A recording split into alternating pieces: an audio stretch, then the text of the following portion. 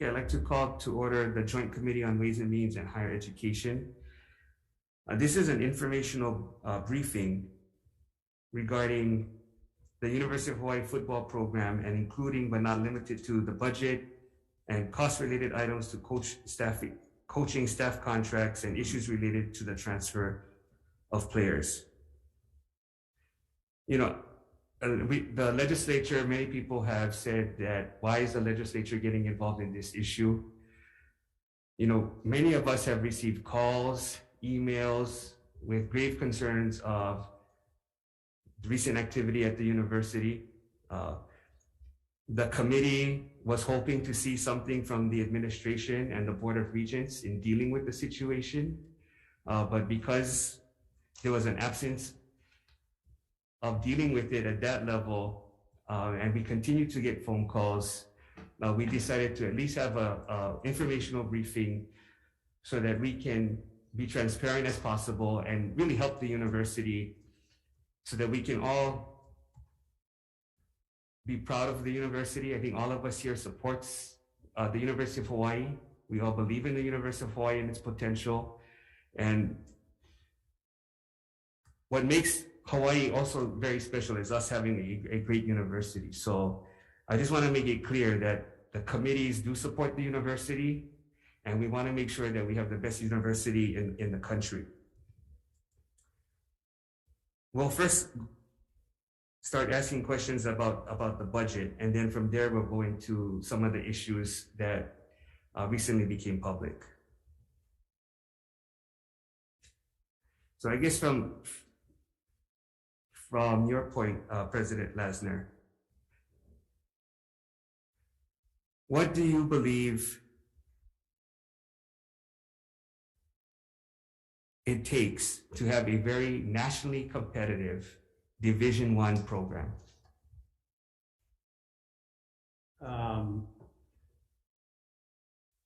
Boy, this is not exactly what the agenda I was expecting from the agenda, and I'm sorry that that's what you were expecting to hear from the administration Board of Regents, since nobody reached out to us with any information other than what was in the printed agenda. But you don't have any existing goals or vision for what you want the Division I program to be? I want a competitive Division I program that competes for a conference championship each and every year. So I'm not talking about just football, but the entire athletic department. What?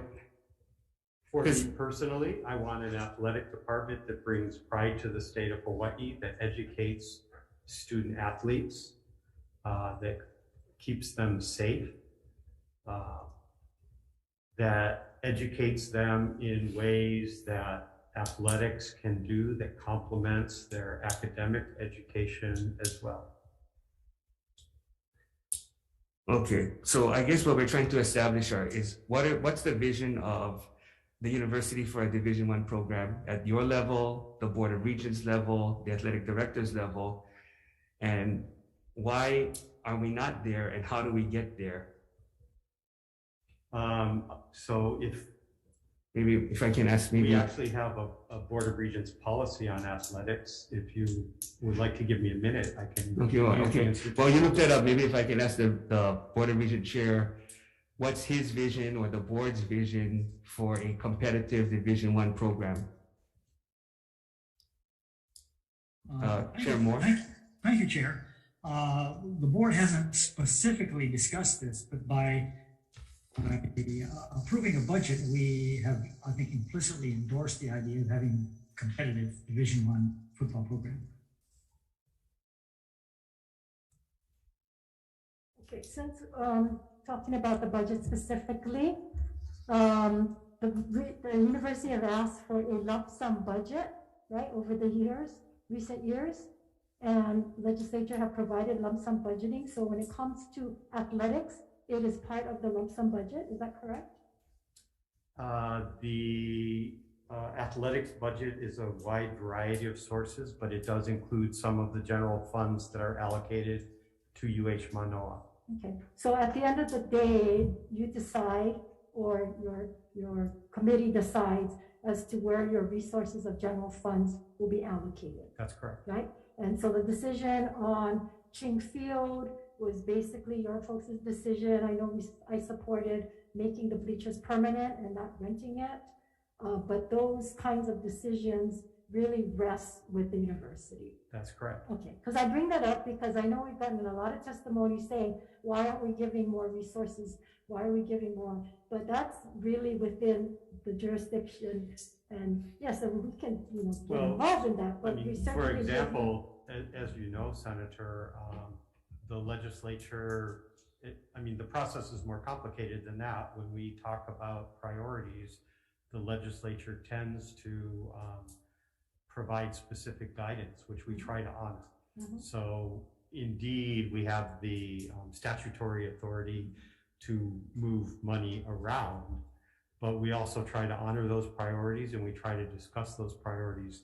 So for example, a few years ago, the legislature appropriated $4 million for athletics at both UH Manoa and UH Hilo, recognizing that this is something we do for the community. And unfortunately, as an example, that money, disappeared last year. So it's an interplay, is what I guess I would like to say. Senator Chair Dela Cruz often has priorities, and when we receive money to implement those priorities, we honor those requests. Mm-hmm. You also, as you set up your budget, and we have asked you and have certainly stressed the fact that we would like to see the university have more revenue generating projects, and that's been some of the things I've tried to hold the university accountable. And you have selected projects that do not necessarily generate revenue that we've talked about. And so, but what I'm trying to point out and let the public be aware that ultimately it's the university's decision. And when you don't have enough funding, you do come in and ask for it. And for CIP stuff, you will come in and ask specifically for some of them, or you will move money around to make things happen within the budget that you're given and within the tuition monies and so forth, right? We have many goals and purposes within the university, and certainly one of them is to generate additional revenue from other sources. Mm-hmm. We also have priorities to help stimulate the state's economy. I know that you and I differ on how that particular project should have unfolded, but we wanted to do something that would help stimulate the economy long term. It isn't, every project is not just about revenue. Right, and I just want the public to realize that it's not just, just keep continuing to put money in one bucket when there are so many other buckets, and some of the priorities rest with the University of Hawaii to do so. So right now, what is the state of the budget? I know we have a 10 point something deficit on the athletic budget. I really apologize, but this is not what was posted on the agenda. The budget was posted. The posted agenda talked about coaches' salaries and the transfer portal. We talked about the budget though. The budget and cost. Okay, here, fiscal year 17 to fiscal year 20, the athletic department received $2.7 million in general funds and about $500,000 directly from Manoa. In fiscal year 21 and 22, we're unclear as how athletics generated its revenue. And this fiscal year, you're asking for $3.6 million for Manoa, and additional $400,000 for Hilo. But maybe the athletic director can answer some of these questions. Wait, Senator Keith Lagran, you have a question? No, I was just going to point out that Mr. Matlin is on the call, so a direct question about the status of his budget, he can probably answer. Yeah. Please go, can you hear us, David? Go ahead and, I don't know what the specific question, I mean, we have detailed information and we have been getting requests from your committee, but. Can you guys hear me? Yes. Can you hear me? Now we can. Now we can. Yes. Yes, we can now, David. I was just going to point out that Mr. Matlin is on the call, so. Okay. There's a pretty serious echo. No, I think he has his TV on. There's a delay. Somebody needs to turn off their TV. Can you guys hear me? Yes.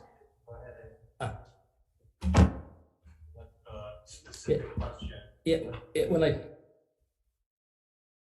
If you have a television on, you need to turn it off or turn it down.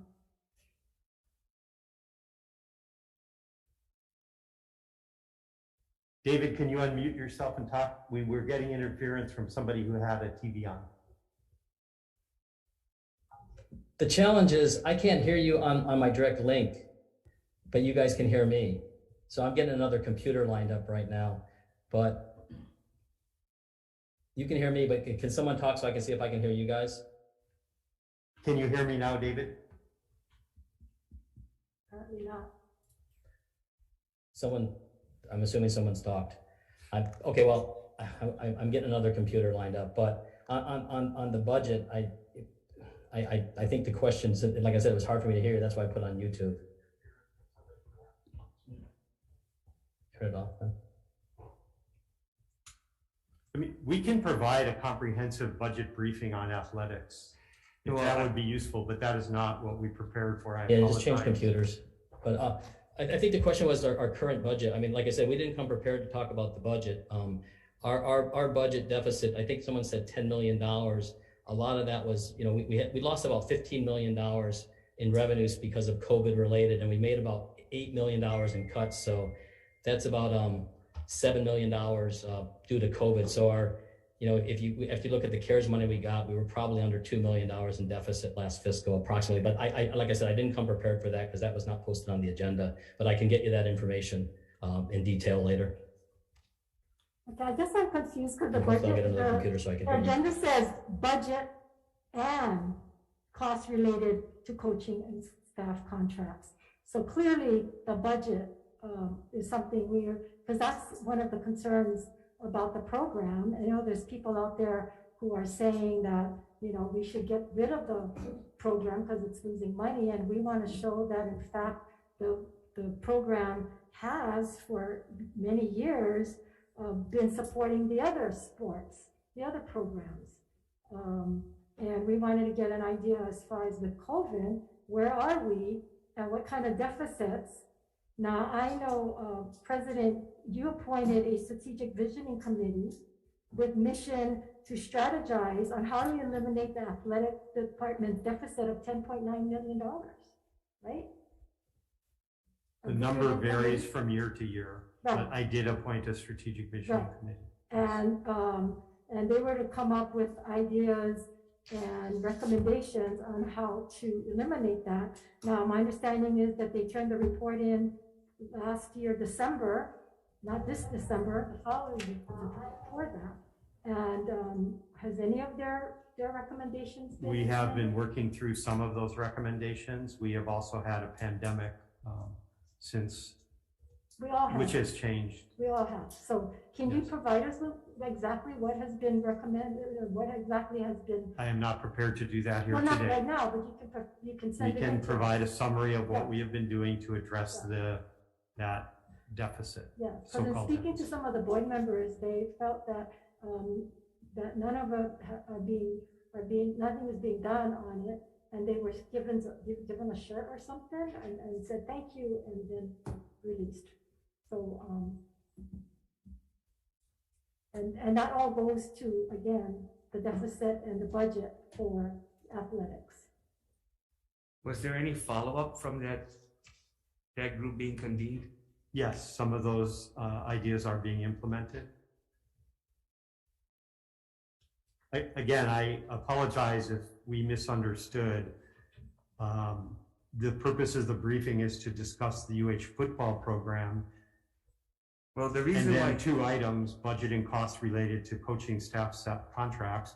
We interpret that differently, and we unfortunately, we didn't manage to communicate between us before this hearing. okay, so the fact that football normally can generate a lot of revenue, which subsidizes the rest. That is correct. I think that's kind of the concern. And so if football is unable to generate revenue, that really puts the rest of the athletic department now in jeopardy, or It's a challenge. additional challenges. Yeah, or exactly compromise. correct. Thank you. And that's where we're trying, that's what we're trying to Understood. And we would be very happy to give a full briefing on the athletics budget, and we would prepare for such a thing very differently than we did for today. Okay, so from the athletic director's point of view, you know, are you still having trouble? Can you hear us, David?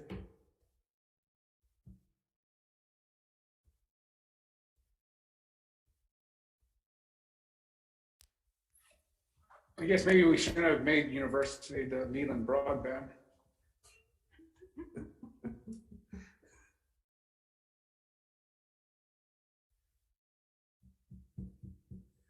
Okay, I mean, you're absolutely correct, though, that the football program generates the most revenue, and it does support. Yeah, I have it on YouTube on one, and then I speak, and I hope that doesn't cause friction for you guys. So I'm listening off of YouTube, and I think you can hear me. So I can, if this works, I can do it this way. I think it's delayed The though. problem is it's delayed, and then we hear the YouTube, and you get an echo.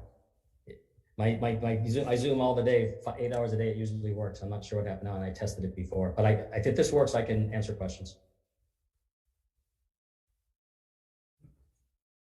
Okay. So if we're all on the same page that football needs to generate, we need football to be competitive so they can generate revenue so we can pay for the overall athletics program. At what point does the athletic director? I have someone, I'm using Lois Mannon's computer to try to get in, so I can use that computer to see if that works better. If you can let her in, that might work. Sorry for the. So at what point does your office or the Board of Regents start to get involved to make sure that the program is going to, the entire program is going to be fiscally sound? So I would, your opening remarks were that you scheduled this hearing because you didn't hear from the administration or the Board of Regents. And the issues that have surfaced in social media that have caused you to get the calls are not matters that we would usually handle in public. Okay. And the fact that we were not in public talking about these things in detail, although the athletic director did issue a statement, as did the coach, does not mean we were doing nothing. In fact, athletic director Matlin and I were talking regularly about how to resolve these issues. I don't think it's necessarily that we were looking for your statements in public, but certainly the response that we've been hearing and people we've been hearing is that they have gone to coaches, to the athletic director, and nothing has happened. And this is not just in December, but I guess these problems have been existing for a while. And, and there's testimony written that they went in August. And we're not just hearing from football players, we're hearing from women's basketball, men's basketball. I mean, there's a lot of issues, and we're hearing from parents as well. And so I looked at the minutes, and nothing shows that anything was discussed. And the players and the parents said they've gone in and they've not gotten any kind of action or follow-ups. So, Can you guys hear me now? Because I can hear you. Yes, perfect. Good. So I got another computer, so I'm good. I think I've been able to hear most of what was said. I apologize. At least the backup will work. If to the answer, just to provide some context to this. Now, first of all, thank you for the opportunity.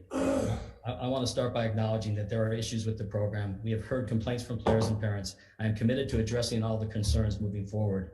Please know that any issues or problems with the UH Athletic Department are 100% my responsibility. The buck does stop with me. I will be presenting a lot of information today on coaches' salaries and the transfer portal as requested by the senators on the agenda. The information we are sharing is important to context, not excuses. A little about me. I've been in the sports industry for 35 years, the last 7 as the UH Athletics Director. This is the toughest job that I've ever had, and I knew it would be. I embrace it because I believe green. I care deeply about this program, the university, and the state. I took this position to do the job, not to keep the job. The other night on TV, Senator Kim asked if we are even taking this seriously. Please know that we take this and all aspects of UH athletics very seriously. I ask all of you and our fans to please do not assume that the absence of news or public announcements is an absence of action.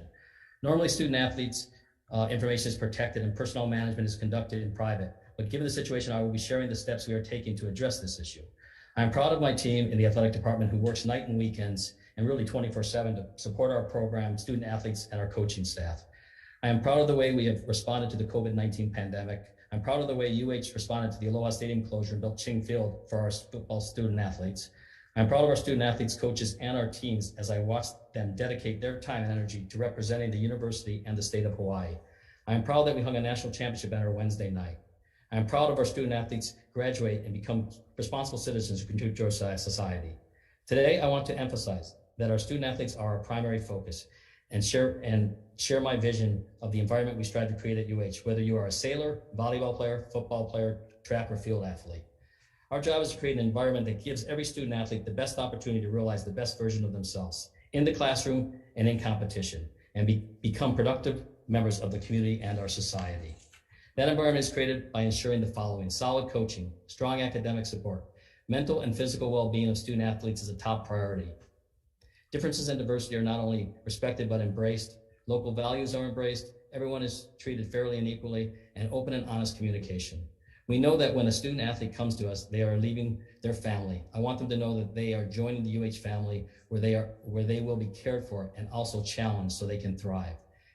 If that is not happening, it is my job to address it. I believe in my people, and I believe people can change and get better. It is my job as a manager and supervisor to make that happen. Again, I ask you and our fans to remember that the absence of news or any public pronouncements does not reflect an absence of action, and the buck stops here. Thank you. We have a few others that asked if they could read their testimony as well. So I'm going to just call on a few of them. Sure. Just a quick one. I noticed that President Lasner is here. Is there any reason why the AD couldn't be here? Is he have a cold or he has COVID, or is there a reason why he couldn't come before us today? Oh, are you asking why I'm not in person? Yes.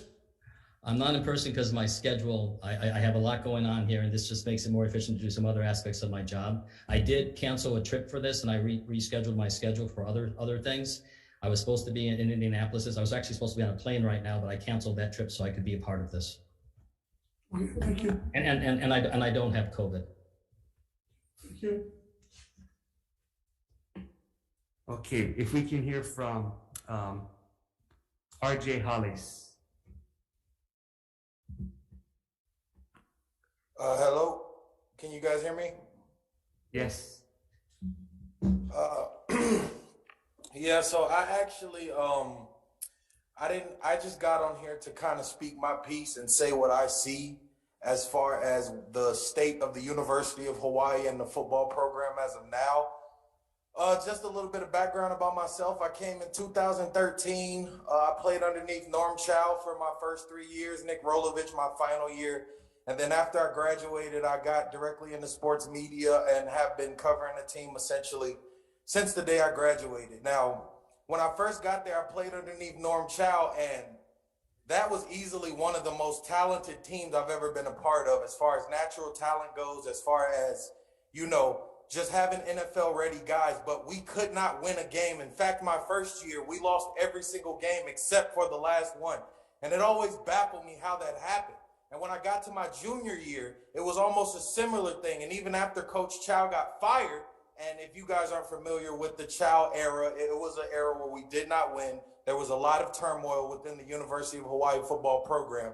But he got fired my junior year.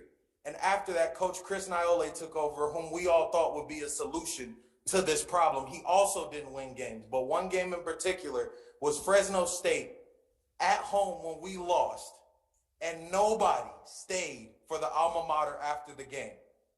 Now, this may not seem like a big issue to anybody listening to the other side of this, but if you put on those shoulder pads, if you've caused injuries to your body for the sake of the University of Hawaii, then it should have broken your heart as much as it broke mine that the team didn't even want to stay out for the alma mater. That was in 2015, and that day I decided within the locker room of the University of Hawaii football, it didn't matter who the next coach would be, there would be success.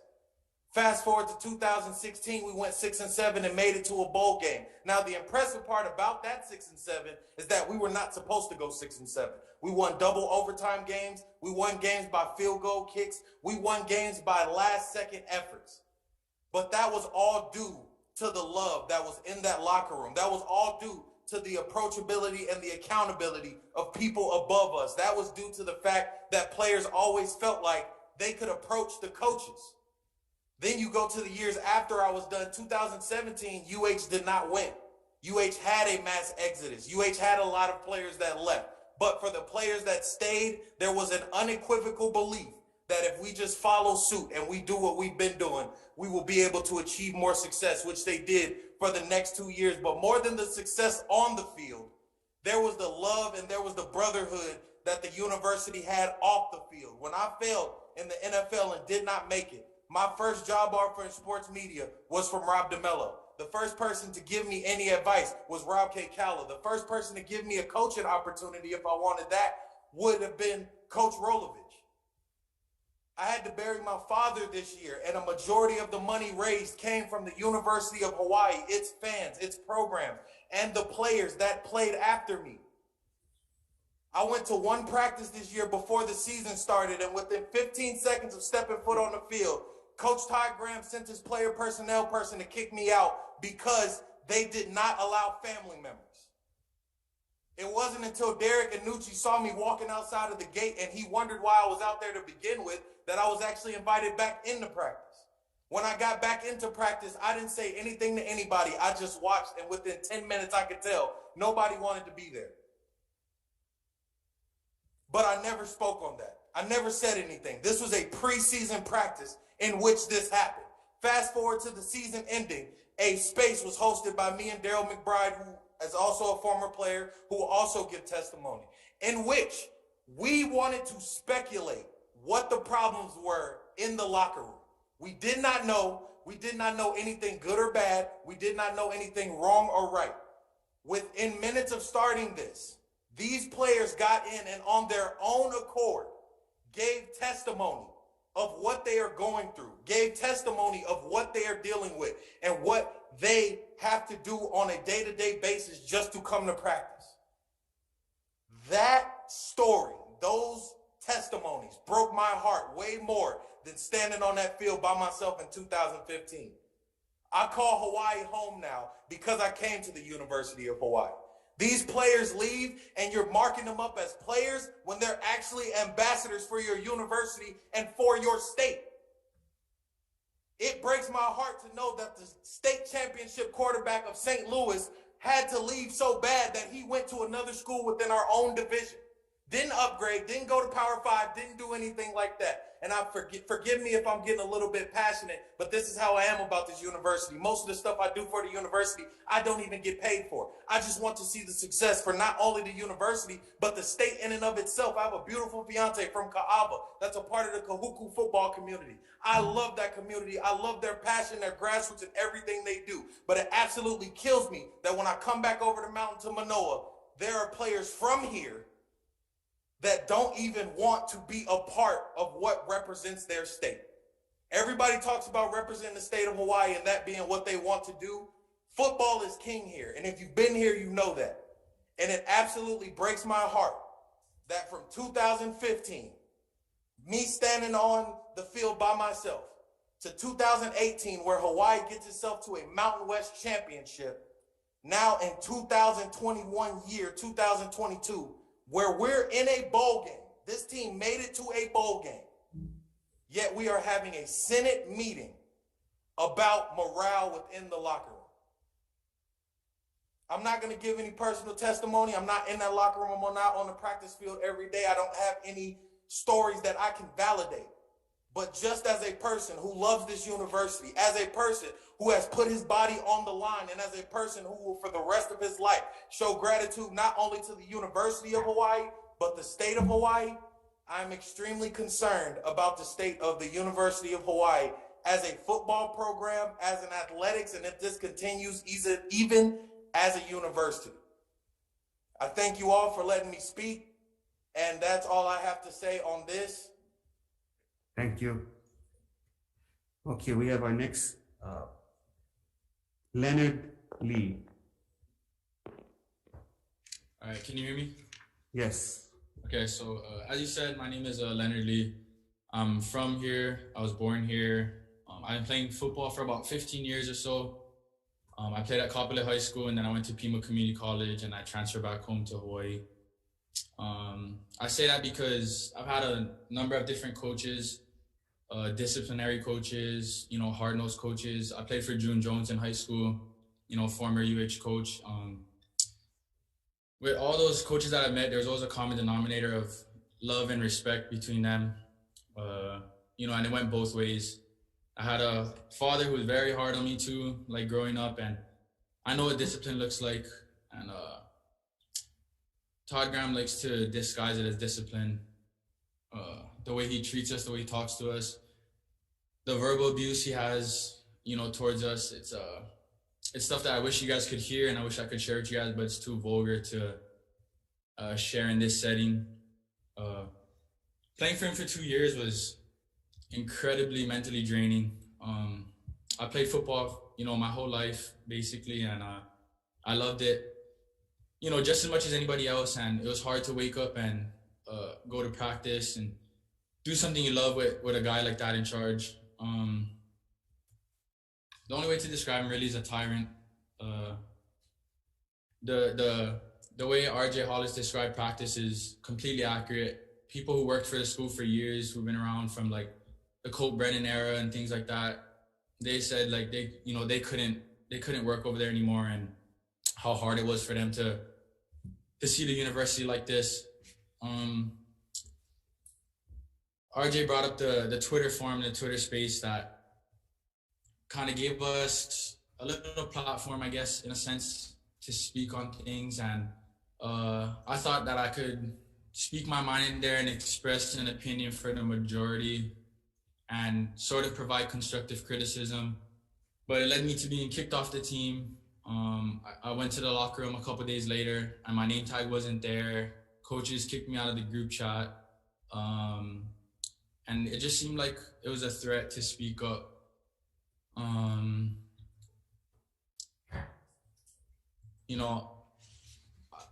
I feel that nothing can change with him in charge. And I say that because we had a survey that came out. This was towards the beginning of the season. I'm not sure exactly when, but it was a student athlete survey. And it sort of talked about how things are going with school. And then the second part was how are you being treated in athletics? How is coaching? How is, things generally around your sport? We had about 25 to 30 guys fill out this survey, and it was the exact issues that you guys are hearing now, which was months ago in the beginning of the season. I know David Matlin was informed about these issues, and it seems like it was just a slap on the wrist because Todd Graham didn't change his behavior. He didn't change the way he talked to us, the way he treated us. And, I guess as men and football players in society, you're supposed to just kind of suck it up and man up and things like that. And again, I know there's a certain level of discipline, but there's also, a sense of respect and love that you should feel from your coach. Someone who's supposed to guide you to be like a better man, a better football player, a better student, son, whatever it may be. And that was never the case with him. He's never improved my life on the field, off the field, in school, anything like that. So, like I said, that survey, it was brought up a while ago and nothing changed. It got worse, in fact, as you guys can tell. I just don't see anything changing with this guy here. He has a rejection of the culture. He has a lack of respect for players. I try to see the good in everybody, and I try to give people chances, but he's hands down the worst guy I've ever met in my life. The consensus in the locker room is that, you know, guys aren't happy with him here in charge. I mean, he doesn't even have enough respect to look at us right now. It seems like he's on his phone. And that's sort of, I guess, everything I have to say about him. That's my testimony. Thank you. Leonard, were you on scholarship? No, I was not. I was a walk-on here. Or walk-on? Yes. And did you bring any of this up to anybody in particular, other than, I mean, did you speak to anybody about this? Anybody on the coaching staff or just anybody in general? Coaching staff, the athletic director, did you bring this? Yes, I've had like talks to my position coach and things of this nature. And then when I found out I was kicked off the team by, you know, going into the locker room and not seeing my name tag on the locker, that's when I kind of decided to just let them know the state and the nature of the team and how everybody feels. And yeah, that's what I talked to about this. So you were kicked off the team, off Yes. the roster? Yes. And you weren't told, you weren't? No, so there's kind of a general knowledge on the team about once you get out the group chat, you're kind of done there. And so I was informed that I wasn't in the group chat anymore. And so I messaged my coach and I said, like, are you going to call me or are you just going to hide behind a kicking me out of the group chat kind of thing? And so I ended up meeting with my coach and he tried to tell me that it's because I didn't come. Who's your coach? Trent Fig. Okay, thank you. Yes. And so I asked him, I said, you know, what's going on? And we had a discussion and he told me, oh, well, you didn't, he tried to disguise it as you didn't come to practice the last 2 days after this whole Twitter discussion happened. And so I told him, well, you're my position coach. You should be calling me. As Todd Graham says, oh, our position coaches are always in contact with our players and they're talking to them every day. Well, I never got a call about practice when my roommates were getting calls about practice and if they were going to come, just because we didn't know the nature of the bowl game, if we were going to have a bowl game or not. And so, like I said, he tried to hide behind that. So I kept telling him, why didn't you call me? Why didn't you ask if I'm coming practice? If you care about me so much and if you guys, you know, love us and do all these things for us that you say you're going to do, why not call me? And then he said, you know, I heard you talking on Twitter bad about the University of Hawaii. So I just assumed you're done with football here at the University of Hawaii. I told him, you know, why not call me and ask me that instead of just assuming? And I got to go into the locker room and see my name tag not on there. I'm not on the website roster anymore. And I'm kicked out of the group chat, you know? Thank you very much, Leonard. Sorry Yes. that's happened to you. Yeah, I thank you. just had one quick follow-up question. Yes. How are walk-on players treated differently than scholarship players?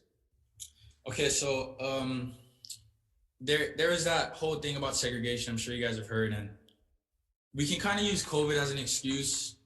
First, it was the workout groups, and then, you know, I'll even give Todd the pass there that, okay, we can't have too many people clustered in a group. So we had that, and then as the state started to open up more and like gatherings started to get bigger, you know, Todd told us, I'm gonna invite everybody to my house. The whole team's gonna be there. You know, we're gonna split it into groups of 20. That was his solution to not having everybody there at once. So he said, hey, I'm gonna split into groups of 20. We're gonna have about 4 or 5 groups going and stuff like that.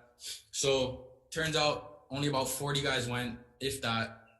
Only one walk-on who's not on scholarship made it to his house. And it's kind of like, it might not seem like a big deal, but that creates like disconnect to the team and stuff like that. And there's another thing too, like RJ said, you know, our starting quarterback, our guy and stuff like that. That's one of my best friends on the team. And we have a little group of about 5 or 6 of us in the locker room. Mostly it's about 5 walk-ons, then obviously Shevin is there and stuff. And, you know, Todd will come up to Shevin and stick his back to us, butt into our conversation, talk to Shevin about a bunch of things, and then just go ahead and walk and not shake our hand, not fist bump us, not ask how we're doing, how's your family, things like that. And it's really the little things that you notice. I'm sorry, I didn't know that. So when were you actually taken off the roster and taken off the group chat? I couldn't remember the exact date, but it was right around when we found out we had the bowl game. So it was around that time. I want to say, yeah, right around we found out when we had a bowl game, because that's when we were going to continue to practice. And Is then that when you went on the chat, when you went on that, I went on about 2 days before that, because Yeah. I didn't attend practice, just because I knew what I said was very, I don't know if controversial is the right word, but I knew it was very bold, and I didn't know if I was going to be retaliated against with those kind of things. And could I bring up another thing about how walk-ons are treated differently from scholarship guys, if that's okay? yes, go ahead. Yeah, so we have a team event called a rock walk, and it's for guys who are suiting up for the game. And there's been times where they have the guys who are suiting up for the game, they have the guys who are suited up and non-suited up. And so the guys who are dressing for the game attend a little like speech between like alumni or somebody important to the university. And there was one time where he had a rock walk on top TC Ching Field, and all the scout guys, all the guys who wasn't dressing for the game, had to sit outside and watch everybody get talked to by it might have been Greg Salas that week, or some UH legend that you're dying to see and stuff. And there was a video of all of us just sitting down and watching from the outside of the gate, watching everybody talk or get a speech before the game. And it was like, we asked, oh, how come we have to stay outside the gate and watch? And they were just like, oh, it's a spatial issue between the field. Like, we can't have that much players on the field. And I don't understand how that's a problem when we practice on the field every day with 100-something guys. And then when it comes to a team event like that, guys have to stay outside of the gate and watch and can't hear the speech, and then guys can go inside. So that was like another example. Thank you very much. Thank Appreciate you. you coming forward. Thank you. Derek Thomas.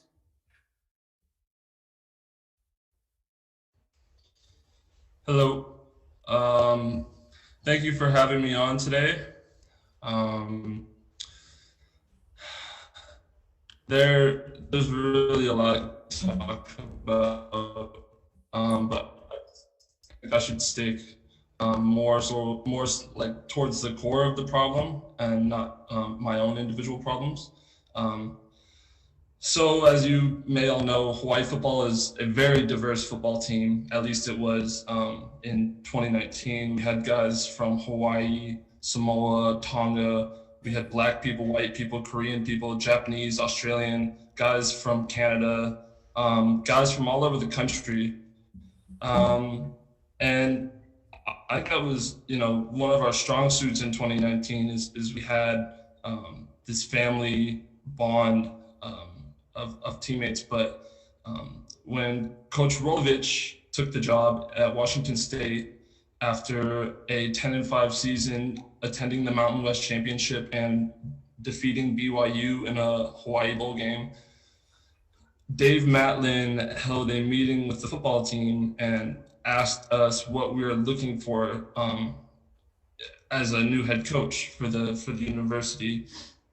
And there were a few requests, but the two main ones were we would like someone with ties to Hawaii, and we would like a coach who's a personable person, someone you could talk to and get along with.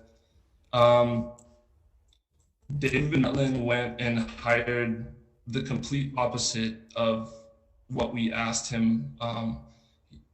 Coach Graham has come and recruited guys mainly from his area. If he thinks they're better athletes, that's fair enough, but this football team was not built on the best athletes. We're built on a brotherhood, guys, who can come from all over and connect. I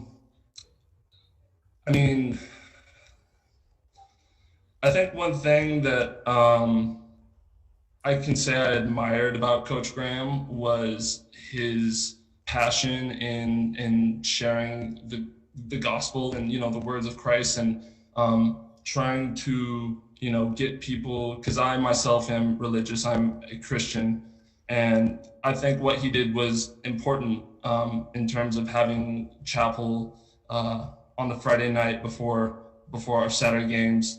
But one thing that really stood out to me, and actually all my teammates, which is something we would discuss quite often, is how Coach Graham would, preach about religion and being a good person and being faithful and loyal and honest. And he almost was none of those. He was a hypocrite. He told us in his first meeting at the University of Hawaii that he wasn't going to change much. He thought we had a good thing going from a 10-5 season and came in and changed everything, which understandably is something you might do as a head coach coming into a new program. But to completely strip the University of Hawaii football team of its culture was something that he's done very well. And just him boasting about his money and his house, and I don't think those were things that are very godly and professional to do. We understand that you came from a program that paid you out for whatever reason, and the money is nice, but for what? And I think it's Coach Graham liked to use confirmation bias. So he had these predetermined ideas of who you were as a person, and people doing the wrong things would just confirm that. And whether that means you not getting to play or, that's pretty much it. That's why we're all here. We came to the University of Hawaii to play football, and some people were strictly rejected that opportunity because of how he felt about them as a person. Another thing I want to touch on is the constant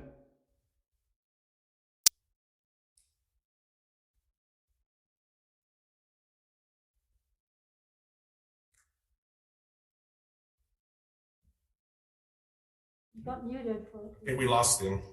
game, which we won. He was walking down the sidelines saying, "We're going to lose this game. We're going to lose this game."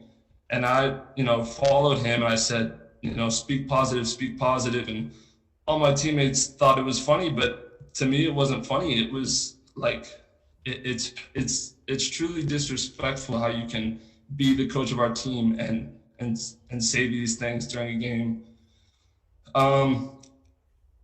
I didn't know about RJ Hollis, what happened to him being kicked out of the practice. When I heard this, I was a bit confused because Coach Graham has allowed players' parents, specifically Riley Wilson's father, to attend and watch our practice.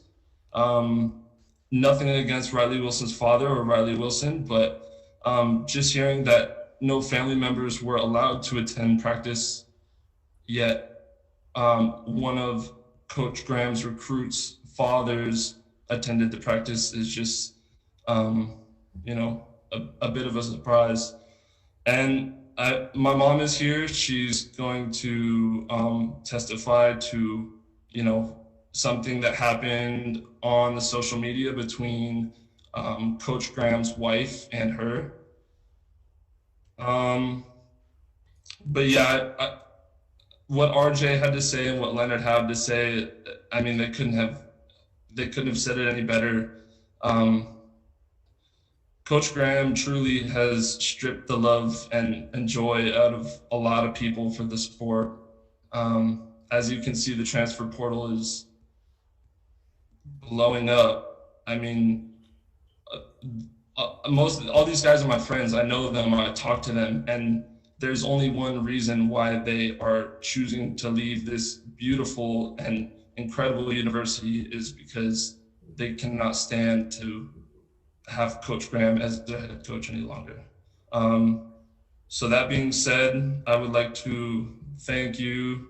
I have a lot more to discuss, but I'm planning on, writing a journal article or a book about it with much more detail. So thank you. You. Justin Wahinui. Good afternoon. Can you guys hear me? Yes. Okay. First off, I graduated from Farrington. I was given I was given the opportunity to play at UH my first year from Rolovich. He gave me a walk-on, and 2 years later, I worked hard enough to be able to earn a scholarship. So that's my story to begin with. But when Graham came into the program, he promised the team the world and told everyone what he would do and the culture he was trying to build. But at the end of the day, he couldn't deliver. He couldn't deliver to this program. This program was built with a special culture that you can't find anywhere else. And Graham killed that culture and passion and the drive in many players like myself. Like many others, I was fired up to begin a new season and try to show our ability to the new head coach. But day after day, I didn't feel good about myself, and I didn't want to play anymore because of how the coaches treated their players. There was no relationship between coach and player. I felt like my position coach didn't care about me or what I did. Graham would preach about being a team, having integrity and respect. I did the complete opposite. I lost my drive and passion in this sport that I love because of the treatment I received from certain coaches. They didn't care about the players. One moment that really stuck out to me was right before fall camp was about to start. COVID was around, making things challenging for people and players. But for me and my family, we are Christians and we do believe in God. So we weren't going to be moved by certain circumstances and what was going on or happening in the natural, like being forced to take the vaccination because of our beliefs and the conviction we all had. But every day the coaches would threaten the players and force players to take the vaccine when this was a medical decision and should be based off of choice, not force. 2 days before fall camp started, we were given a decision to either take the vaccination or sign a religious exemption form. But in the paper, it didn't really make sense for me to sign it because of the way it was written and the words that I was using. It was only used to protect the university, not the player. So I found it better for myself to do neither, take the vaccination or sign the paper.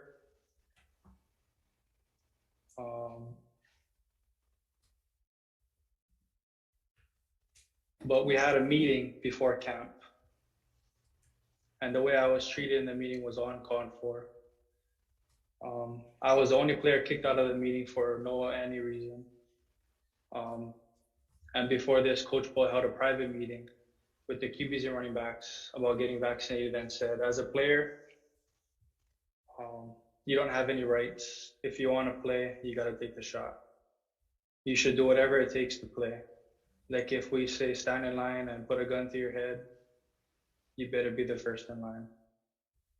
After everything went down and I was pushed to the side, me and my family decided to sign a religious exemption paper and add upon it with scriptures and verses from the Bible to show why we don't need to take the shot. My exemption was processed and accepted that day. So I went to try and go to practice the next day. And I was told that I was cut from the team without having any notice. I went to the locker room to see the equipment managers and they told me that, did nobody tell you that you were removed from the roster and kicked off the team? And I said, no. And so I went to try and go to the meetings before practice and coaches would just walk past me like I was a ghost. They didn't want to talk to me or see me.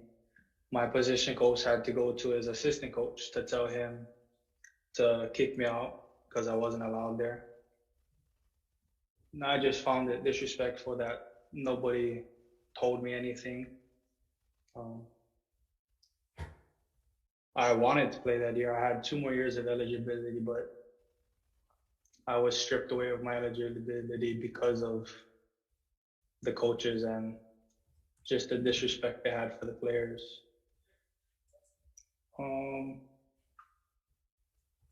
That's all I have to say. Thank you. Rod York, Oh, sure. you have a question? Just one question. Justin. Oh, no, he went, sorry. Yes. My question is just that, going through all what you went through, you know, love of the game, love playing football, you know, being a part of everything.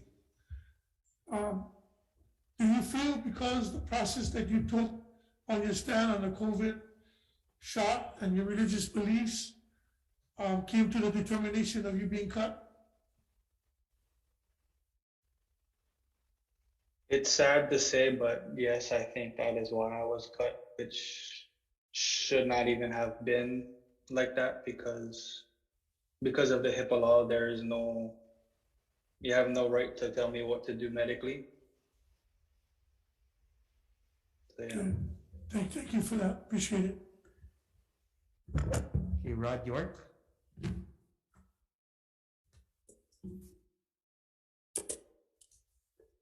Hi, appreciate you guys having me on. I'm just coming from a standpoint of a high school football coach who some of our players become University of Hawaii Warriors, you know, so I just wrote something up and just share my thoughts, you know. So I'm Rod York of Millville Football and Mililani High, 21 years DOE teacher, the master's degree in education with an emphasis in special education. You know, I'm a former Ilani graduate, all-state player, former walk-on at the University of Hawaii. I'm proud to say I earned my scholarship my sophomore year in college. You know, I grew up as a big fan, attended every university game when I was younger, because my entire family are big-time UH football fans. My uncles, Eric Lalau, Moso started at the University of Hawaii. As a fan, former player, and alumnus of University of Hawaii, I'm disappointed and worried about the future of the program. You know, I always hope that with the local kids from all schools stay home and play for Hawaii. I have several players who have done so. Mana Keke Padello, Dayton Fruta, Darius Musa, you know, all three were player-voted captains and impact players at the University of Hawaii. I always supported the program because I have trust in the coaches that I'll be sending them to a head coach who treats players and respects and serves the kids. Yes, we want to win, you know, but relationships before the mission is most important. You know, today I write because I'm not sure that is the case. You know, I cannot comment on specifics because I will only get one side of the story from my players. You know, there's always two sides to the story. Never ever sat down with Coach Graham and talked about this type of stuff. And, you know, however, the starting quarterback, starting running back, starting defensive captain, along with several others, have left the program who are big impact contributors. That kind of raised, you know, red flags in my personal opinion. You know, UH has had many leave our program, has had many players who have left our program before, but never the impact players as such. You know, today Darius Musa is now with UCLA. University of Hawaii is our big program in the state, as we all know.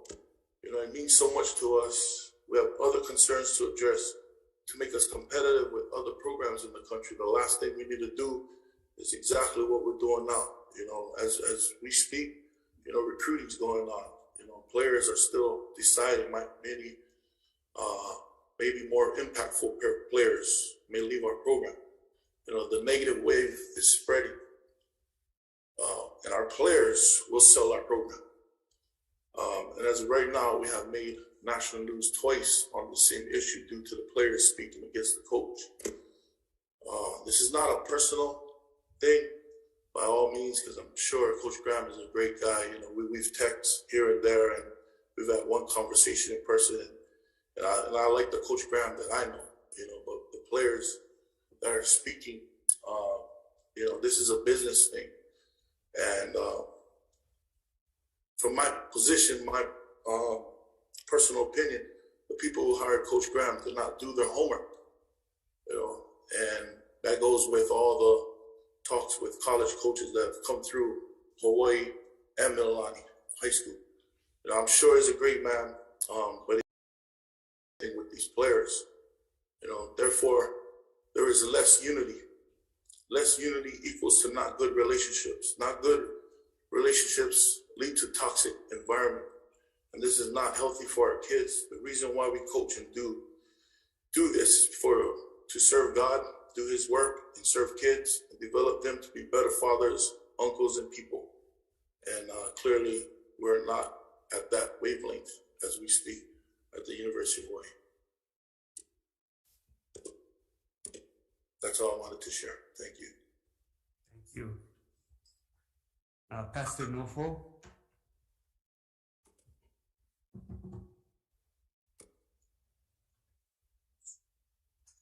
Hello, I'm Maria Elatise, and this is my husband, Nofo Elatise, and we're the parents of Michael Elatise. Michael retired medically from football this last spring. We wrote a letter today because we're so concerned for other players who are suffering mentally and physically from injuries and not getting help from UH. I sat in the car this spring as my son went up to his coach, Sam Bennett, and said, I need help.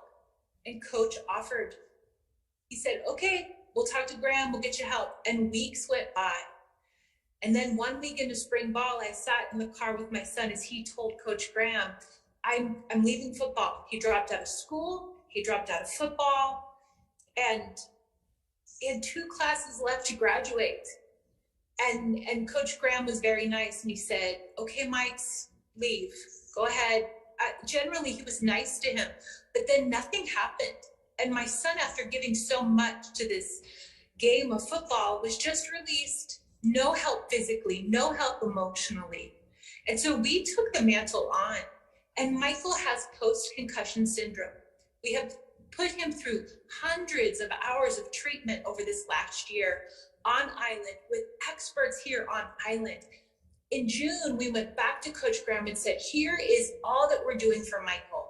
Here are the test results. Here are the brain scans. Michael's brain was permanently damaged from football. Please help us. Help us keep him in school.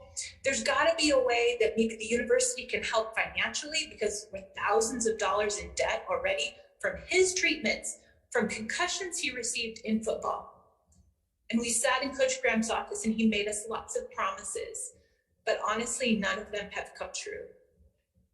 We have seen the team doctor. He medically retired Michael. He said he would help us get the insurance going so that they could pay for Michael's treatment. And we've never heard from him again, even though we've reached out multiple times. We reached out to Michael's position coaches multiple times saying, please, can we have the information for insurance? And we've got nothing.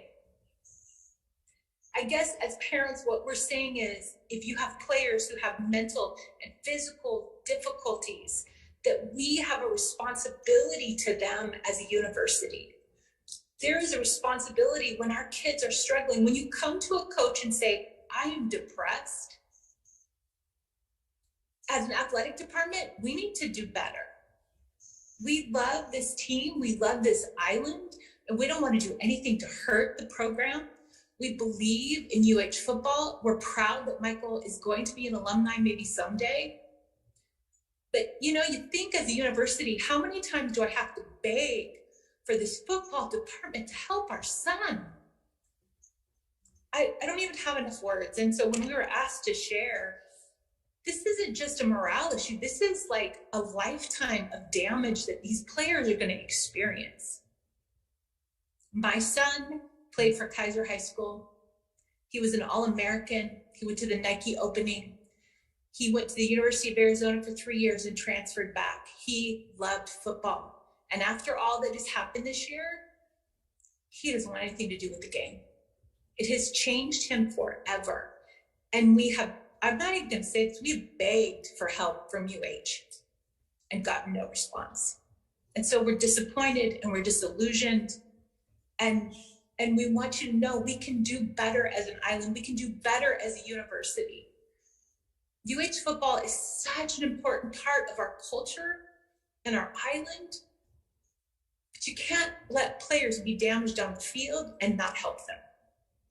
And we've got no support from the coaches or the athletic department. I think for me, as a dad, I'm someone, and when I came home after work,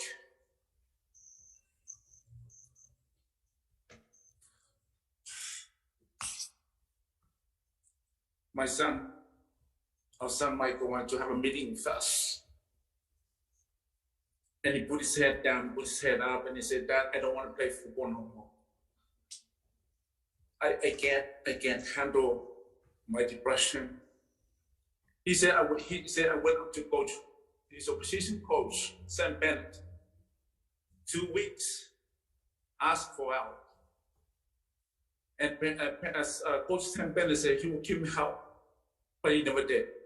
Going to the first week of spring practice, after the first week of spring practice, that's when he came home and said, I don't want to play football no more. No one is helping me. I've been dealing with depression all these years, and I didn't want to tell you because I didn't want to disappoint you. And then a minute I didn't say a word because it was devastating for me to hear my son, his love for football is coming to an end. And I look up to him and say, "Son, you're more important to me. Your health comes first to me than football." And that was the end of it. He doesn't want to do anything related to football now. But he's going to move on. He's going to go to Arizona to get a job offer from Amazon. And he got visit GA position from one of the Big 12 school, but he doesn't want to take. He just want to take a break completely away from football and go do something different. So, and I want to say this, I'm a pastor, we're both pastors. And I don't want to apologize. I want to apologize to all the parents, to all the dads and football players out there. Because as a Christian, you talk the talk and walk the walk. And the way the coach being treated, all the parents, all the players, that's not the way Christian lives. You talk, you put your works into action. And I feel so sorry for all these players, all these families are going through. And I think if you want to bring this program back to number one, we got to better do something now. That's what I want to say. Thank you. Thank you for listening to us. Thank you. Daryl McBride.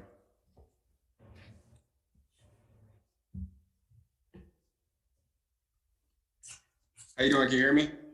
Yes. Okay, so listening to past testimonies is quite frustrating. So I'm not going to try to get too emotional.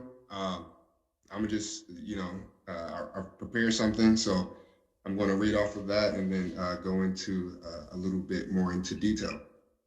Okay, so for those who don't know me, my name is Daryl McBride, former Warrior and alum.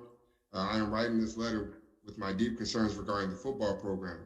That same program has shaped me to the man I am today.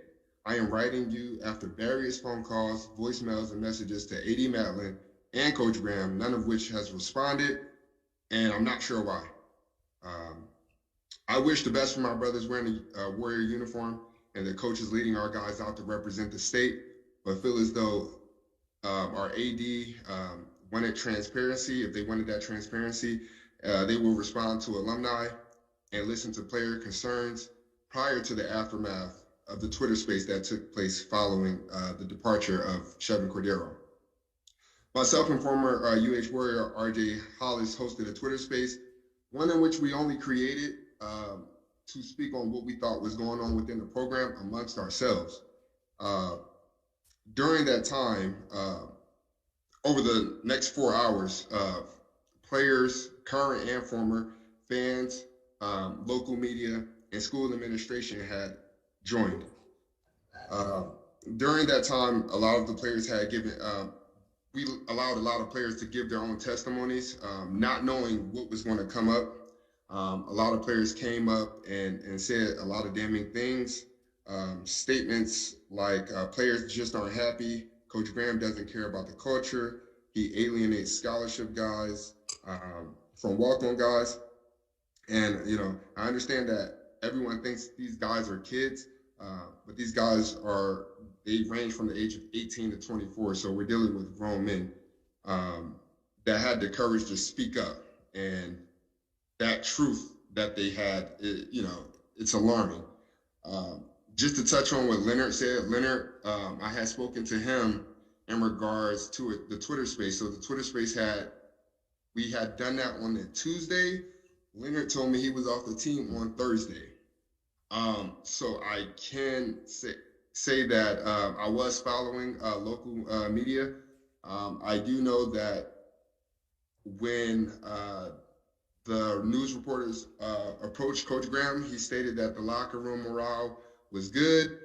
He stated that he wasn't on Twitter, so he didn't listen to those type of things.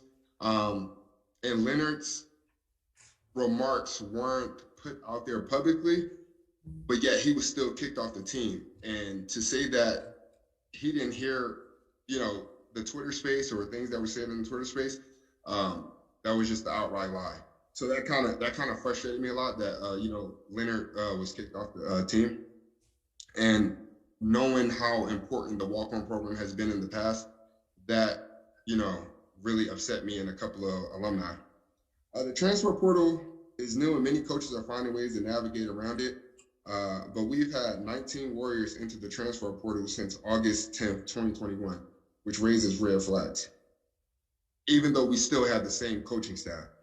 I'm all about transparency, and I believe both AD and head coach vowed to be transparent through social media and public statements, but I think their actions speak otherwise. I have no problem with Coach Graham nor AD Matlin, but a response to alumni and how we could help the program would suffice. What I don't want to happen is that these testimonies are heard, but continue to be fed politically correct answers.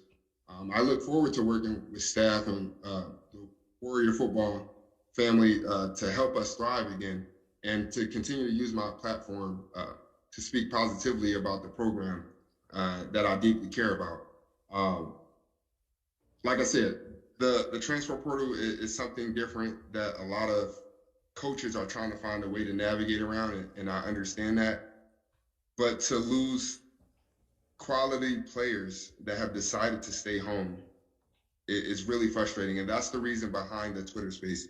We didn't create the Twitter space to bash anyone, to bash the coaching staff. It was just a conversation amongst alum. Now we do know that local media can censor themselves and not ask the questions that people really want to know, because we know the answers we're going to get are fluff, and we just don't want to get fluff answers. So all I ask in responses is that if Todd Graham is to remain the head coach and AD Matlin is to continue to remain the AD, that they are transparent, and if they're willing to listen, to give people a call back. I have literally been blocked by a few coaches on Twitter, and I've, shed blood, tears, and sweat on that football field. I have literally been blocked on Twitter from coaches when I don't think I've done anything wrong. I haven't spoken about the team in a negative light. I have great pride for my university. And yet, if people don't want to hear the truth about something, you would think they will reach out instead of being blocked. Just because we did the Twitter space doesn't mean those issues weren't happening beforehand.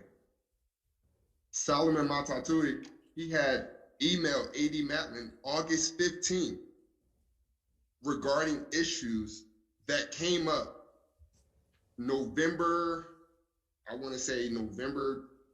late November. He brought up the same issues in that email sent on August 15th that came in November, and AD Matlin never responded to him.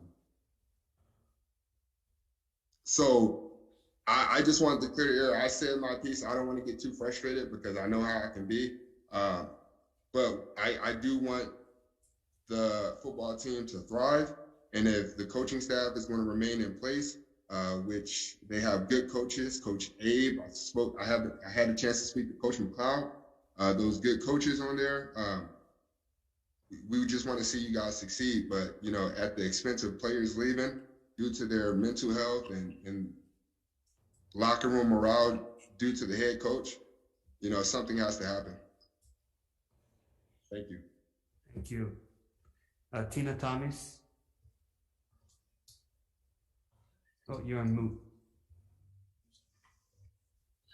The boy player whose mom was with that went on in it, Coach Grant's wife. Can you hear me now? Yes. Okay. Hi. My son talked a little bit ago, so I'm just going to kind of share something recently. But I did actually write a letter today. I thought I was going to have to go to work. And so I'm going to read that. And then after that, if it's okay, I want to read my post that I had posted on the Facebook page, which explains in here. So the letter starts out with all of you, to whom it may concern. My name is Tina Thomas. I am the mother of Derek Thomas, number 48, for the Hawaii Rainbow Warrior football team. I recently posted a message on the Warriors Facebook page when players were transferring out and people were wondering why. My post is attached. Like I said, I'll read that to you in a few moments. I gave a small account on how my son was treated and how we were ignored even when seeing this coach 5 feet away in the hotel lobbies. Within minutes after making this post, I received a private message from the wife of the head coach, Todd Graham, Penny Graham. This message is also attached in my email. Her words cut deeply when she said to me, I'm sorry that your son didn't work hard enough. She isn't a coach. Therefore, she should have absolutely no idea about my son and how hard he has worked.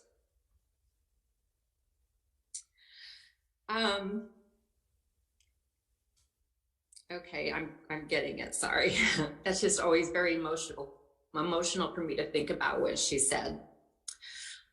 She said, I'm sorry that your son didn't work hard enough. She isn't a coach, therefore she should have absolutely no idea about my son and how hard he works. I can only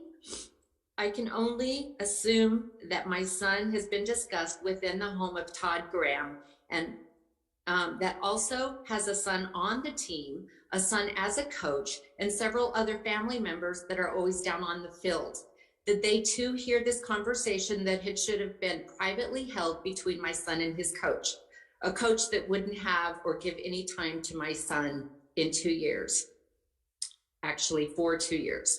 My daughter responded to Penny Graham privately. Penny Graham took a screenshot of the message and sent it to my son, Derek, and several other people on the Hawaii Facebook page. Derek was confused because he was not aware of my original message. After that, Penny Graham tried to tell Derek that she never said anything to me at all. All of these messages are saved. I took down my original Facebook post because I felt attacked and my son was being bombarded by messages from Penny Graham. After my son started playing for Hawaii, his dad and I attended almost every game. Other coaches would personally thank us for the support. Todd Graham never said anything to us and tried very hard not to make eye contact, even wearing sunglasses inside the hotel lobby of the Utah game as the Jumps, Derek's dad, and myself greeted the team as they headed out from the hotel conference room to load the buses. I've seen a very obvious change in the program since we first visited in December of 2018. At that time, we were shown a Hawaii culture that we all fell in love with. That has changed. I don't see this love for the Hawaii football culture anymore. For Derek's birthday last year, we took him to a ukulele shop on Waikiki and let him pick out a beautiful instrument. He was teaching himself to play and was getting pretty good. Last year at the Wyoming game, he was playing his ukulele for 6 of us that went to the game in support. Todd Graham and Dan Phillips both told him to stop playing because it's effing annoying. Dan Phillips even walked up to us and said, "You have a good son, but he needs to leave the ukulele at home." It was clearly an insult, and Derek never took it on another trip. At the airport in Honolulu, Todd Graham was overheard calling Hawaii a third world country because the vending machine did not have Dr. Pepper.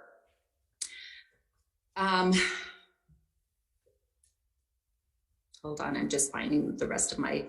I have worried endlessly about my son and how I have seen a change in him. I've worried about the verbal and mental abuse he has suffered. I've seen the heartache he's been through. These boys leave from home and they need a coach that they can talk to, a mentor, a trusted, experienced adult to help navigate the stress of hard work and being a student athlete. They didn't get this from Todd Graham. They got insults, name calling, belittling. Derek's birthday was on game day this year, the one game that I was unable to attend because of work. His friend bought a box of donuts and brought them to the hotel for Derek to share with teammates. When Derek walked into a meeting, Phillips made comments about the PU blank blank SY eating donuts. This was said in front of all the players on the defense team. This was said to my son. These men shouldn't have the privilege of coaching our boys because it is a privilege. My son is now finished with Hawaii football, but I hope and pray that the remaining players will have an opportunity for fairness.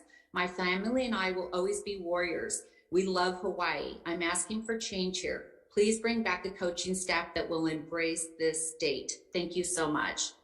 Now, very quickly, if I can, is it okay if I read the post that I put on Facebook? No, well, I think we have a copy of it. Okay, if you do have a copy of it, then do you have the response from Penny Graham? Yes. Okay, I just wanted to make sure. Thank you. You're welcome. Michael Green. Hello, can you folks hear me? Yes. You know, I thank you. It's kind of a long afternoon, and to the chairs, Senator Kim, and if Donovan is there, I can't see on my screen. I thank you for letting me appear, and I'm going to try not to be emotional. It breaks my heart to hear these players. I want to tell you my connection to sports here for a little under 30 years and what I have to share with you. And I don't mean to be demeaning or rude to anyone. I came to Hawaii a little over 30 years ago. My wife is local, graduated from Roosevelt, and was part of a sports agency. Gave up my practice. My wife wanted to come back to her culture, and she wanted her children to learn culture. I didn't know anything about Polynesia. I didn't know anything about Polynesian athletes. I mean, I knew of Jesse Sapolo. I thought he was just a big, strong, great athlete. I didn't know the heart of a Polynesian athlete. And as time went by, I was blessed to sign Nu'ufaola, Nico Nonga, Rich Miano, Leo Goez, Ma'a Tanavasa, Joe Onosai, God bless the pastor, and many more. And I watched the culture in Hawaii of a Polynesian athlete. I learned what it meant. It isn't just wins and losses. It's commitment, dedication, family, community, culture, teammates, and coaches. So now, fast forward, Governor Cayetano honors me and he appoints me to the Stadium Authority. 4 years as the chairperson, 4 years as a member. Eddie Hayashi, the manager, I used to go to his office and see all the memorabilia, signed footballs, baseballs, everything about Hawaii, about our men and women from Hawaii. You could take a kid from New York and put him on the football team. A year later, he's going to be a Polynesian. The heart and soul for our program. Let me just go back for one moment. Coach York, to get a coach like that to come in and speak like he did about, he was kind enough to say the athletic director didn't do due diligence. You know what he did? He was told not to bring this coach here. They warned him. And the people that warned him were here long before this AD got here. $12.8 million Arizona State gave him to leave that program, not because of wins and losses. They won 10 games the year he was asked to leave, and 10 games before that. 12.8 to get him away from the football players at Arizona State. I mean, where was the athletic director? Was his head in the sand? He ignored the letters, he ignored the phone calls, and from people who have been part of this program for years. Now, I'm the stadium authority, and I just want to say that there's a difference between a program and a team. The coaches, the players, they make the team. The program is called baseball or basketball or football. So on the board with me, Carol Kai, the name speaks volumes about her community service her whole life. But Eddie Hamada, the dean of coaching, Iolani, hours I spent with him before and after meetings about his love and his passion for the children, their families, the culture. Even when he was done, making sure kids had right places to work, trying to find jobs for our athletes that came back to Hawaii. Larry Price, I used to call him the coach. History of coaching UH football. Teaching men, commitment, loyalty, a teacher, refining skills and teaching skills. But folks, let me just say this. My man, Skipper Diaz, my golf buddy. 18 holes, months later, 9 holes, and months after that, he could only ride in the cart next to me. Mary called me to the house as time was growing near. It was a very tough ride for me to go to his home. Skip was lying on the couch, and Mary showed me the stairway upstairs where Skip used to sleep, and on the wall there had to be 50 pictures of his boys when they were young men at Farrington as they grew up and they went out into the world, whether it was sports, whether it was business, the love they shared. And you know, if you knew Skip, he used to get this look in his eyes when he talked about the men of Farrington. And he used to tell me about once in a while, you know, we get a player that's big and tough and strong, and he thinks he's bigger than the program when he comes in. So what Skip would do was he would take him downstairs into the locker room. They'd have a real heart-to-heart. And after 4 or 5 minutes, he'd bring him up back on the field. It was called tough love. The word love is what stood out to me. The relationship between a coach and coaches and these young men informing their lives. It's not just win and losses.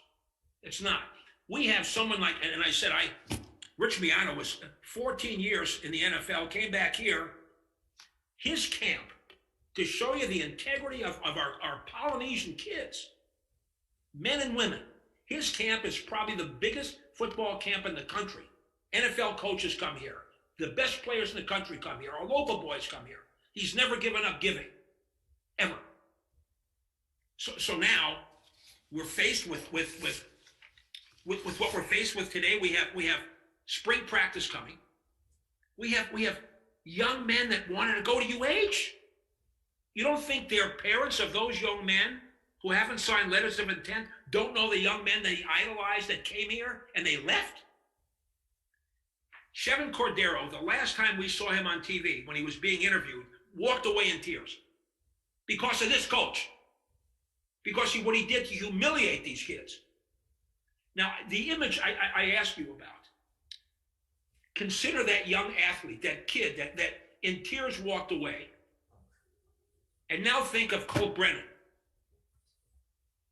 Unfortunately, Colt and I became too close later on in years when his health was spiraling down. But if you remember Colt,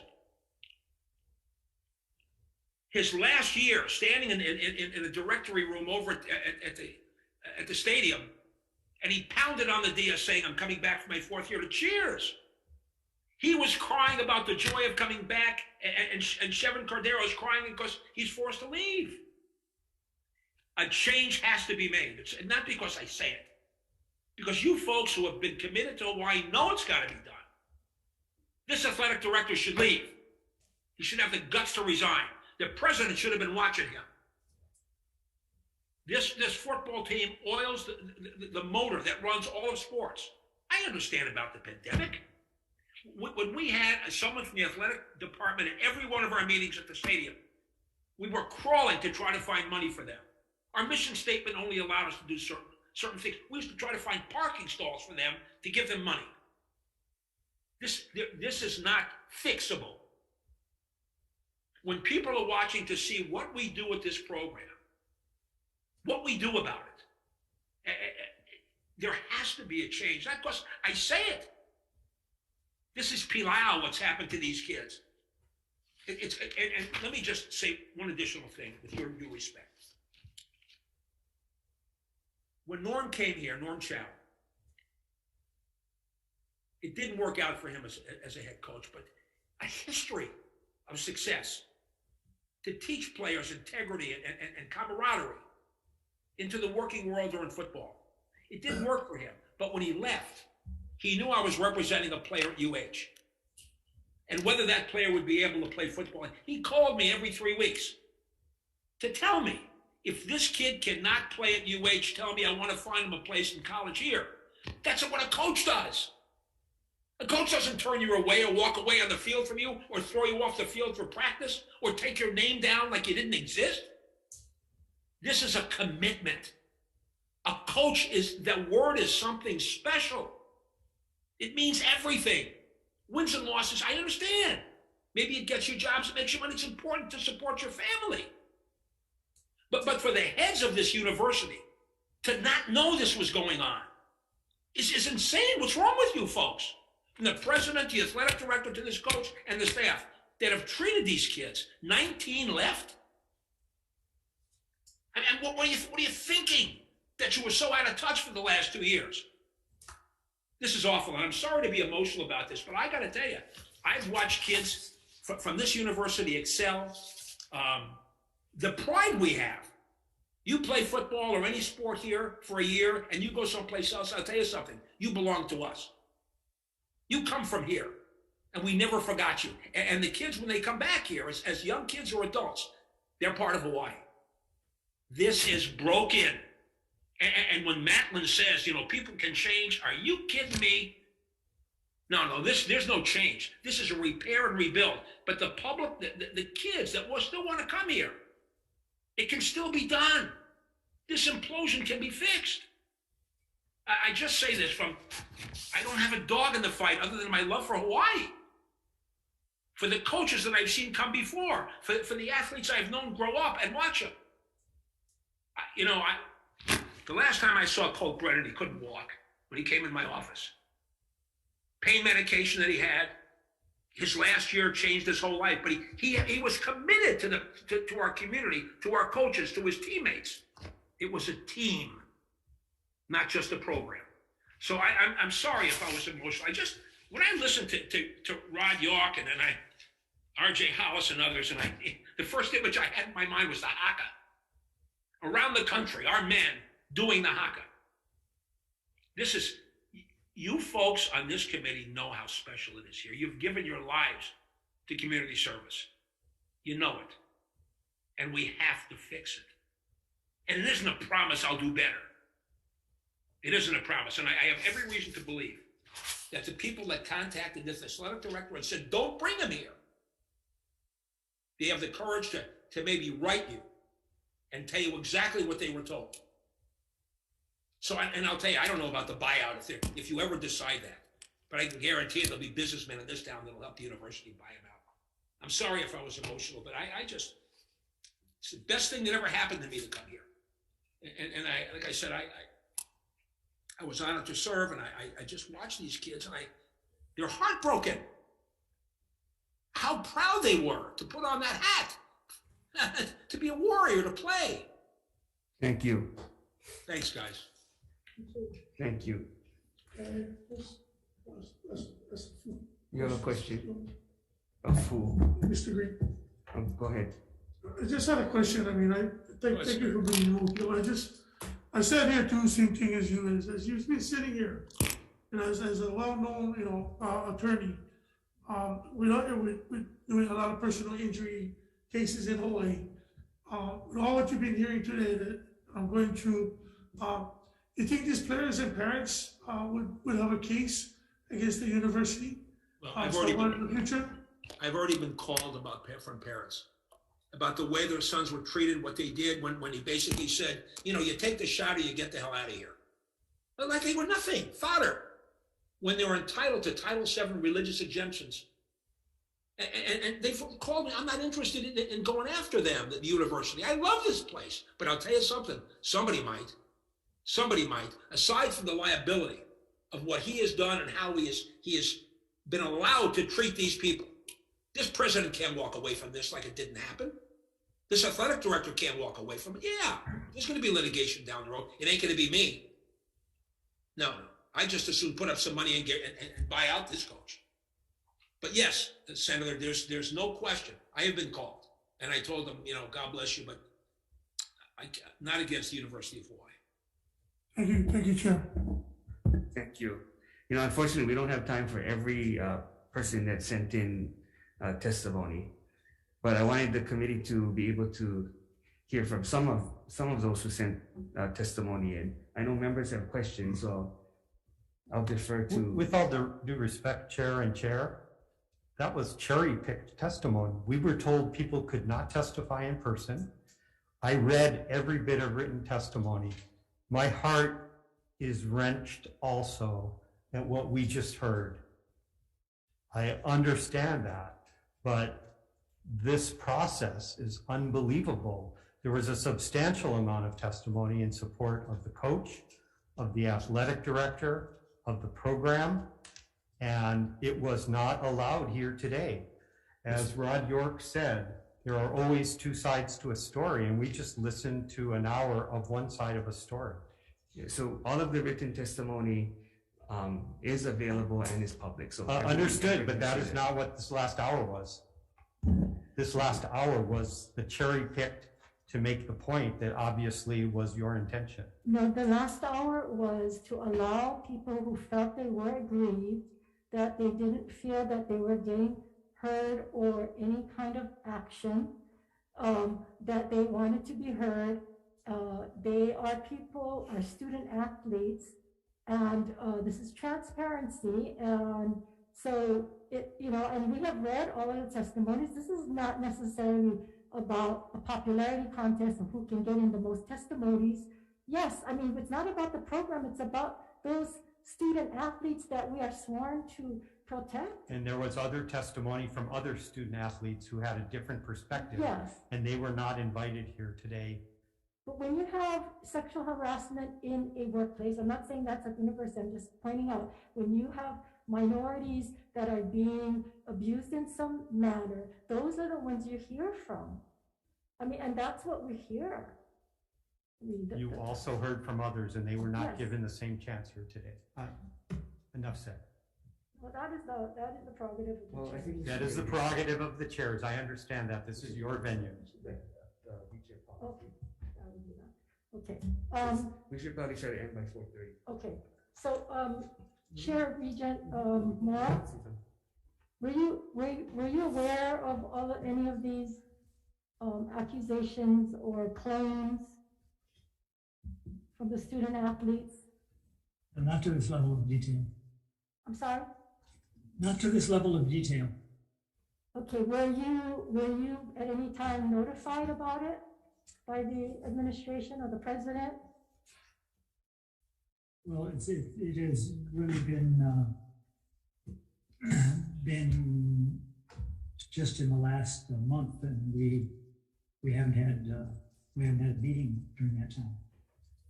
Well, I just bring that up because I know that the university has a mental health policy. The well-being and mental health of our student athletes is our highest priority. And from what I understand, none of the, or I shouldn't say none because I don't know that for a fact, but I know the people that have talked to us were never referred to a counselor, never followed up, never given counseling for any mental health issues that were brought up. Also, the Board of Regents Intercollegiate Athletics Committee also has a policy, and it's to advise the board regarding its responsibility to oversee the health, safety, and academic progress of student athletes, and any event or situation that may draw public interest to the athletics program, a particular team, student athlete, or department employee. It says that the board shall be notified by the president or the president designee of events or situations that might reasonably be expected to draw unusual public attention to the athletics program, a particular team, a student athlete, or department employee. The board shall be notified by the president of the events or situations that might reasonably be expected to have a significant negative impact on financial performance. And the board shall be kept aware of the overall state of intercollegiate activities programs to regular reports on academics, compliance, financial issues, but not limited to student, athlete, health, and welfare. So, I mean, that's clear in your policy, and it's clear that there's student athletes, health, and welfare issues that have been taking place now for not just this past month or so, but according to the testimonies received and many written, that this have been going on for quite a while. Is that something that the board should be concerned about, given their policies? Well, you have accurately recited the committee's responsibility. And if you look at the committee's minutes over the course of the year, you will see that all of those items are covered. I'm sorry? I say if you look at the minutes of the committee's meetings over the course of the year, all of those topics are covered. I have looked at the committee's minutes, and none of them has ever brought up the issues of this mental health issues of our student athletes. The last meeting of October 7th, I have the minutes right here. It does talk about COVID issues, but it doesn't go any further than that. And there is no indication that any of these matters were brought up to the board. And it does say in the policy that it shall be on a regular basis.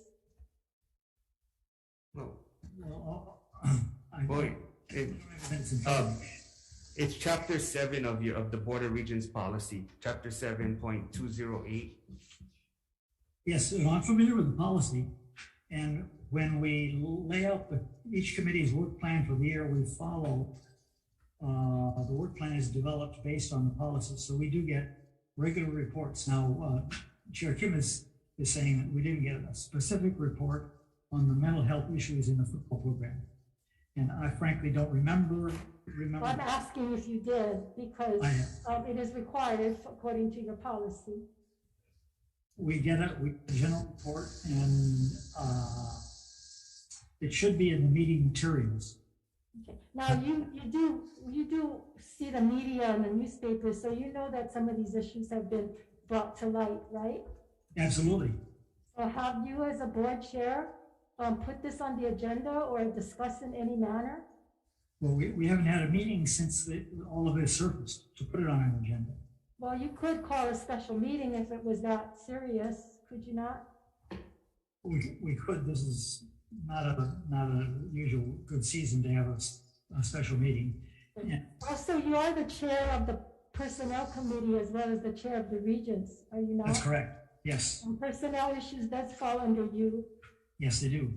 So is that another issue that will be taken up by the Board of Regents? Because the public accuses us of not letting you do your job, and we certainly want you to do your job, but you know, sometimes some of these things are urgent, and we would hope that you would take it to heart and take it seriously, because we're talking about the health and mental health and welfare of our student athletes. I both understand and agree, and I'm quite sure that it will be on in the President's report on the 20th of January. Okay, because your policy also says that overall leadership of the intercollegiate athletics shall be taken into account in the annual evaluation of the Chief Executive Officer of the University of Hawaii at Manoa, the Chancellor, and so forth. So, you know, all of that factors into the overall running of the university. And that falls with the Board of Regents. Yeah, no, you're correct. Thank you. So what is the board going to do about it, though? The question is for the board. Yeah, I can't speak for the board until the board actually meets and discusses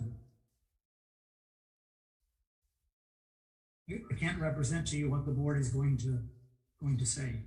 And I expect that by the time the 20th of January rolls around, there will be more to talk about than we have today, and there will be more answers than we have today.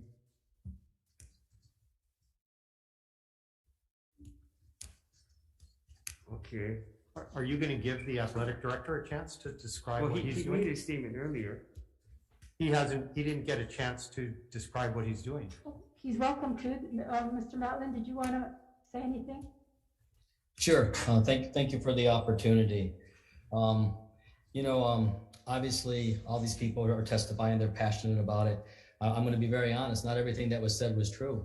I'm going to go on the action items that we're talking about, but to say that Solomon Maltaltia did not get a response to his email is incorrect. And sometimes some of the reason people weren't allowed to go to practice was because of COVID protocols. And I could go on the list, but there are things that we're working on. There's no question. So let me share kind of a rough timeline of the last really 6 weeks. I started to hear some comments towards the end of the season that there might be a morale problem amongst some of the players. I met with Coach Todd at the time to discuss some of the issues we had heard about, and we talked about what we could do better. We also agreed to have more meetings in the near future. The week after our regular season ended, there was a flurry of comments flying around, mainly on social media, sparked by some players opting to enter in the transfer portal and speaking out on Twitter about some grievances with the head coach. Of course, this was very concerning to me, but I did not want to rely on hearsay and third-hand information that was being circulated on social media, so I scheduled a time to meet directly with the team without any coaches present.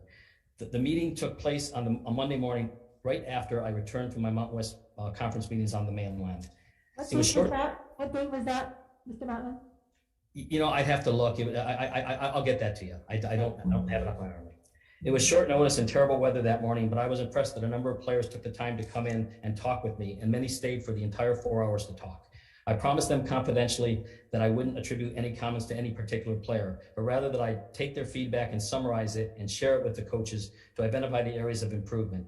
It was also a really valuable opportunity to clear up some misconceptions that they had as well. I can't get into specifics, but as an example, some of the players felt that there was some favoritism occurring because they had heard that Coach Todd had given his son, who was a freshman, on the team a scholarship. I can tell you for a fact that that is not true, and I was able to clear up that misconception.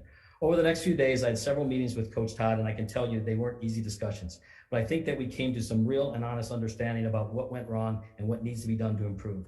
I don't feel that it's appropriate to share the entire content of the discussions, but I can share with you that there were several tangible action steps that we agreed upon, and some have already been implemented.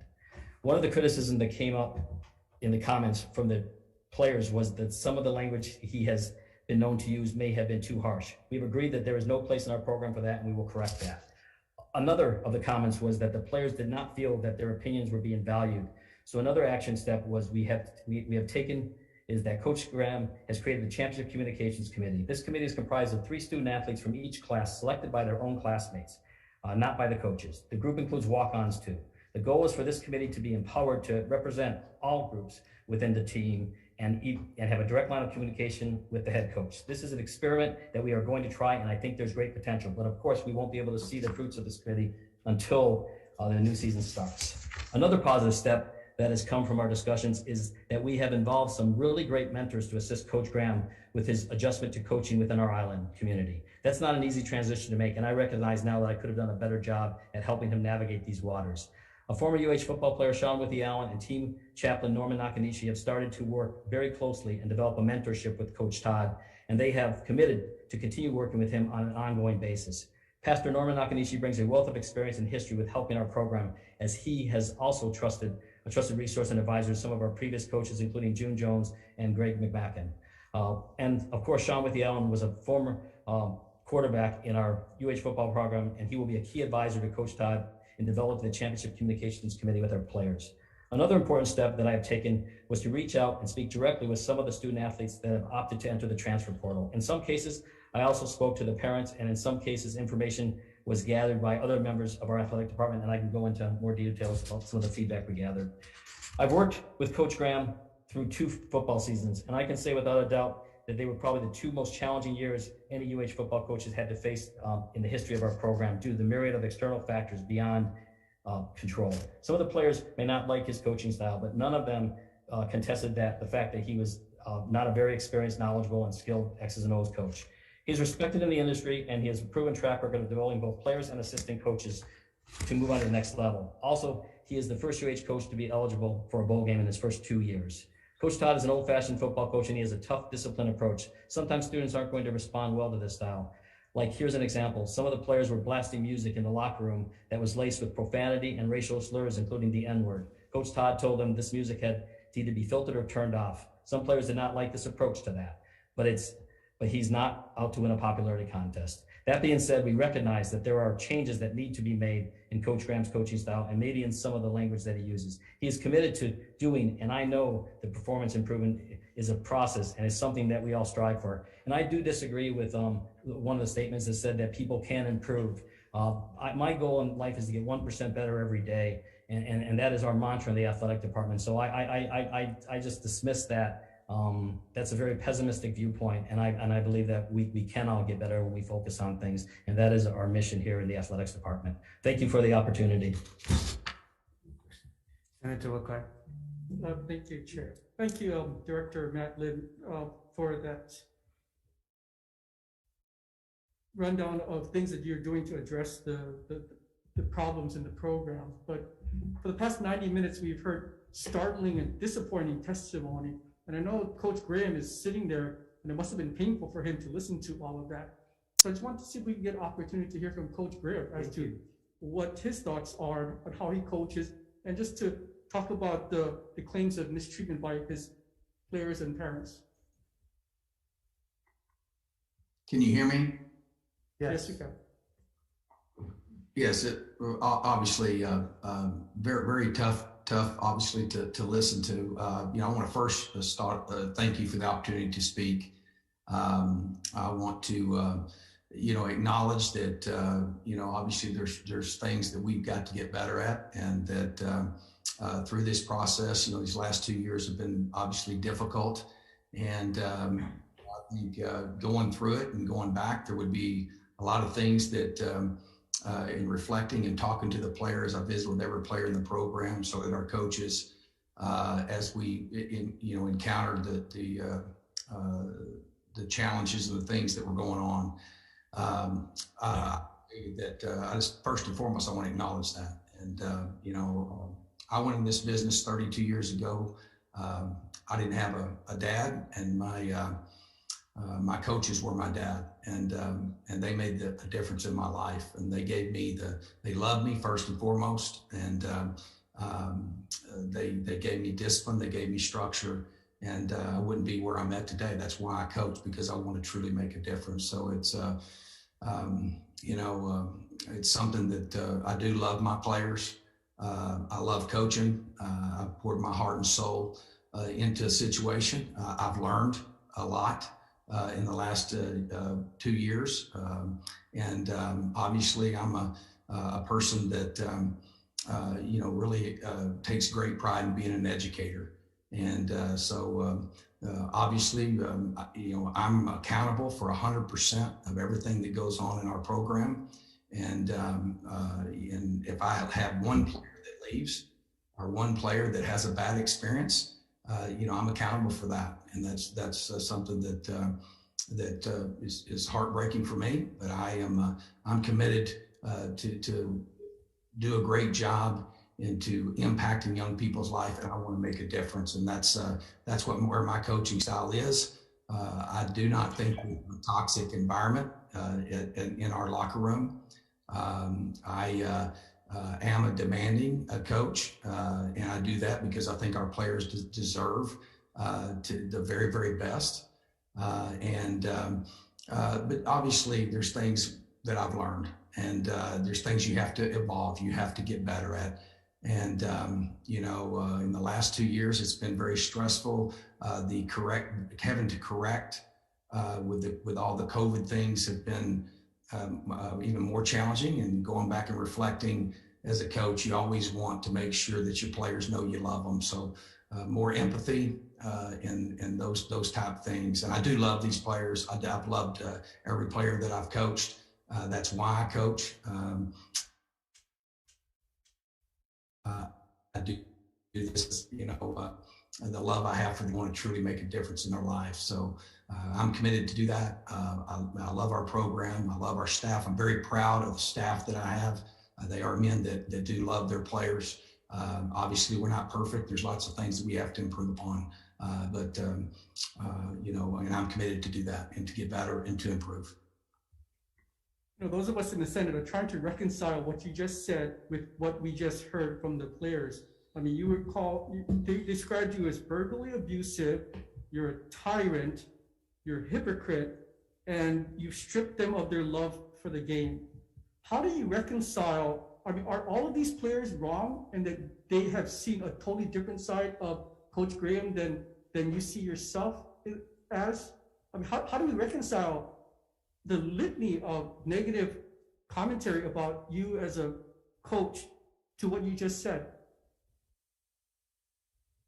Are they all wrong and that somehow they have all kinds of misgivings and don't know the true Todd Graham? Or is it the other way around, that you are portraying yourself as someone who is loving and caring when in fact that might not be the truth? Senator Wakai, I mean, again, this is a subset of players and there are issues, but there's more to the story. There's more testimony out there. There's more people that see another side of this. This is only one side of the story. Now, I get what you're saying, but this is, like I said, this is a subset, and this is things we're working on, and we have a process to go through this. But, I mean, like I said, even some of the things, I mean, this is, like I said, it's a little disappointing that we were told there was no oral testimony, and then there is. So, but I'm just saying this is a subset, and we are working on it. I went through all the details. We can work on it every day to get better. Sorry, Chair. Point of order. I'm sorry, AD, or can I see the name? The question was to the coach. See, you're sitting here, and I try to be as calm as a local guy, as a dad, as a former football, basketball player, when we lost all our games. This was a testimony that was given. It wasn't a popularity contest. It was the people that was complaining disturbing things. We wanted to have both sides of the coin, say, hey, rah, rah, rah, good job, hey, good job, hey, good job, pat on the back. This wasn't it. We have some mental health issues that none of you guys are understanding right now. None of you guys are. Because you guys are worried about other testimonies that is good. Had nothing to do with that. These guys have personal injuries, personal feelings. They're scorned. Their family is scorned. So when Senator Wakai asked the coach a question, we don't need a cheerleader on the side to tell us about the testimony. Let's move on. Let the coach talk. That's the question was to him. So can the coach talk or he cannot? If he cannot, then we move on because I get questions I like asked too. So can you guys, coach, answer Senator Wakai what he just said? Please. We don't need cheerleaders on the side.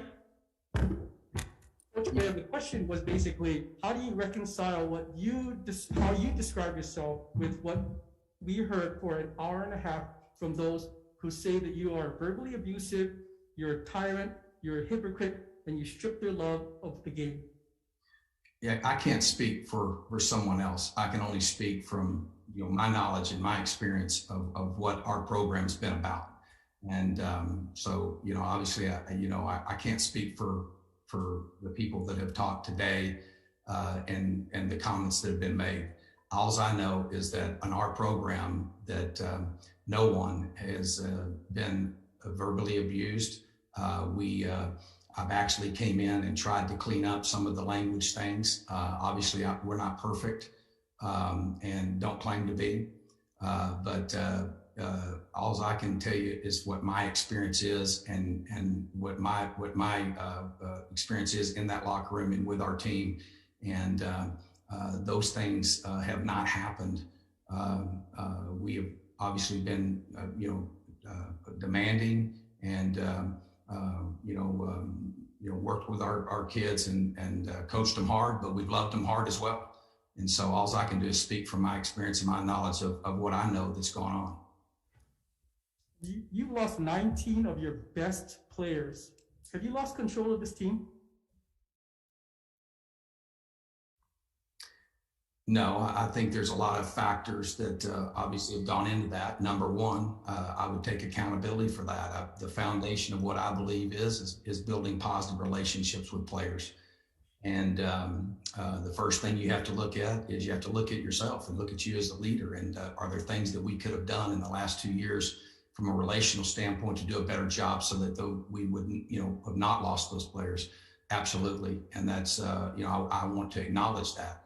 But there's also a lot of other factors that are very challenging as well as the reasons why players have left and moved on. And there's lots of challenges that we have financially. There's facility challenges that we have. There's budgetary challenges, travel, nutrition that are substandard to Division I level as a program. So, but first and foremost, I make no excuses. It starts. That's something that I have to go and look and how can we be better and how can we be better in building those relationships. Thank you, Coach. I wish you the best. Thank you, Chair. Thank you. I just want to follow up with Chair Moore. So being that you know the policy that Senator Kim had read, especially where it says the board shall be notified by the president or the president's designee of events or situations that might reasonably be expected to draw unusual public attention to athletics program, a particular team, a student athlete, or a department employee. Did you pick up the phone and, because I mean, you must have saw the news, you must have heard the radio, saw TV, newspapers. Why weren't, knowing that since you've acknowledged that you knew the policy, why wouldn't you just pick up the phone and call the president and say, hey, what's going on? And we got to deal with this. Well, thank you, Chair. I talked with both president and the athletic director about this. Okay. And so what was the result of that? Because it almost seems like it's been very quiet from the Board of Regents or the administration as to dealing with this situation. Well, actually, the board's job is not to evaluate the football coach or the athletic director. So our role is different from being a manager. We're a governing board. It's very. Yeah, but this is in your policy. The policy is not to. So you want to just be notified, but you don't care if you have to deal with a situation. No, we deal with the situation in the manner which a governing board should deal with it. And as of this minute, there is really nothing for the governing board to do. As I said, we expect to have a discussion on it on the 20th of January. So you don't see a sense of urgency? In the next 2 weeks, no. I do not see an urgency for the board to do something in the next 2 weeks. Okay, Senator Kim. The athletic director manages the performance of the football I'm talking coach. about the board policy. Understood. Yeah. And the athletic director manages the performance of the football coach, which is what this session has been. Yeah, but the board policy also, I mean, he says he's acknowledged it. We've read it several times. That doesn't mean they have to do anything. Well, they have to get you folks to act. So that's what I asked him. Is he okay with just being notified and not doing anything about it? The board doesn't manage the performance of the football coach. The athletic director manages your does. performance, and you are responsible for the athletic director and then the coaches under. That is correct.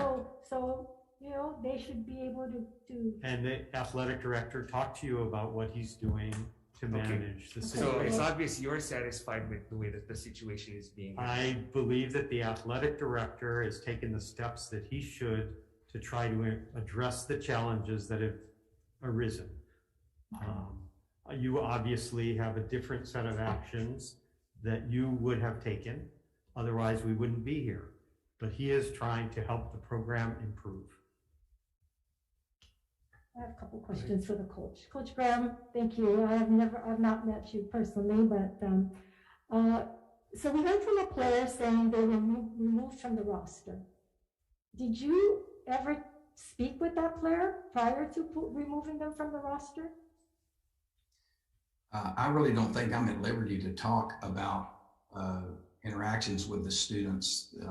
I'm not sure, David, does that violate their rights or any? I don't think I'm allowed to do that, am I? Well, no, the players already come out publicly, and all I'm asking, I don't know, I'm not asking you what took place. I'm just saying, did you talk to the player before removing him from the roster, or told him that they were being removed from the roster? The player did not show up for 2 days of practice. No, that's not the question. The question is, did you speak to them to tell them that they're being taken off the roster? No, his position coach spoke to him.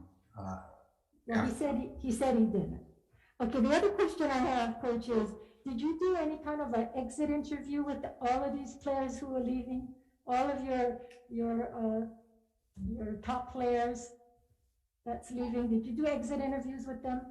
All the players that left and went in the transfer portal, and especially the top players, I had multiple conversations with before they left. So you had exit interviews with each one of them? Because they said that you did it. I talked to all the players that got into the portal, especially the top players that you're talking about. I visited with each one of them. I'm just telling you the conflicts that we're hearing. One thing that troubles me, and this troubles me, on November 30th, which is what I gathered from the media, Hawaii's leading rusher, Davey Hunter, announced he was entering the transfer portal. On December 1, quarterback Cordero and others announced they would be entering the NCAA transfer portal. My understanding is Cordero's dad went in and spoke with the athletic director asking for changes, did not occur, which is why Cordero was leaving. Shortly after this announcement, we had Darryl McBride, they had that public Twitter space, etc., etc. And on December 19th, it was reported that you, Coach Graham, vowed to improve the player-coach relationships, better address concerns, ensure each University of Hawaii football player has a voice in the program, which is good. And in the same article, Darius Musal, co-captain, said, we have a chance to communicate our problems or anything we have to get off our minds and just bring it up to the coaches. I think it's good for the team to be able to communicate better. It's definitely positive for the team. I thought that was good, hearing from the players. Yet on December 28, 10 days later, Darius announced that he's entering the transfer portal. What changed? I mean, what's to say that all of these players who said what good things are going on, that it's not going to change? What happened? What took place that Darius, who came out publicly, then left the program? From Darius' standpoint, when I talked to him, he told me that he was leaving because it was a better opportunity. Didn't he just go to a division, same division? Went to UCLA. Oh, to UCLA. Okay, thank you. Thank you, Mr. Chair.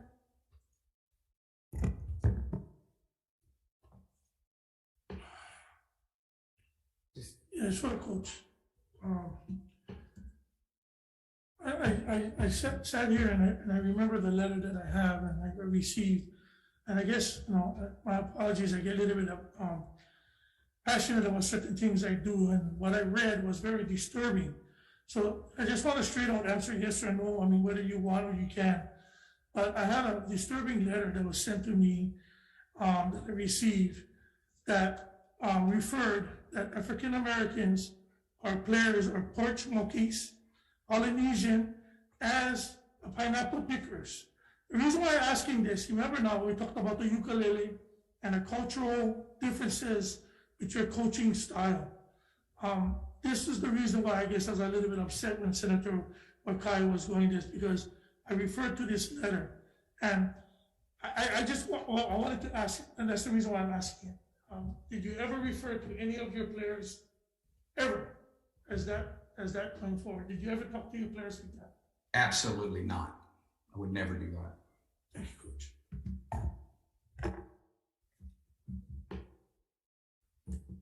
Okay, so I just want to get from the board chair what kind of course of action is going to be next. I expect it will be on the agenda in one form or another on January the 20th. The board, I can't speak what the board will do. It will be on the agenda for discussion. Can I just follow? So Board Chair Moore, do you see this as just a football problem? Well, there's a mental health issue. There's a physical health issue. The player who had brain damage, although it sounds like most of that football experience predated his participation at the University of Hawaii. But that has been a concern of the board for some time, both the mental health and the physical health. The mental health has been much greater than simply the football team. It's been a concern of the boards for a number of years, just student general mental health and the university's ability to provide mental health services. The mental health counseling opportunities were increased a couple of years ago. We have a feeling that with COVID, that the mental health issues have been more challenging. I can just assure you that it's an ongoing concern of the board and an ongoing request to improve those services. Well, I'm certainly glad to hear that, because it's not just, as I said earlier, we've heard from other programs as well. And yes, COVID has brought all kinds of issues, but it doesn't give anyone the license to go ahead and cause mental health issues with the student athletes, because there is a cause, and certainly we don't want to contribute to that. And if we have that going on, then that's a serious issue. And so, you know, there's also a whole program on where this program is going, and is there a leadership issue in following up and doing all the things and you know, practicing what you preach and say one thing and do another, because that's what we're hearing. That seems to be the thread of the testimonies, written and spoken. So I think that's a serious issue that the board really needs to look at. Because we here, we can't fire or hire or any of that kind of stuff, and I'm glad we're not able to.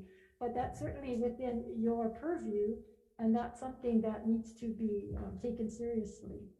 And it needs to be taken up quickly, because we could be liable, or there could be lawsuits brought. Understood. Thank you. You have a question?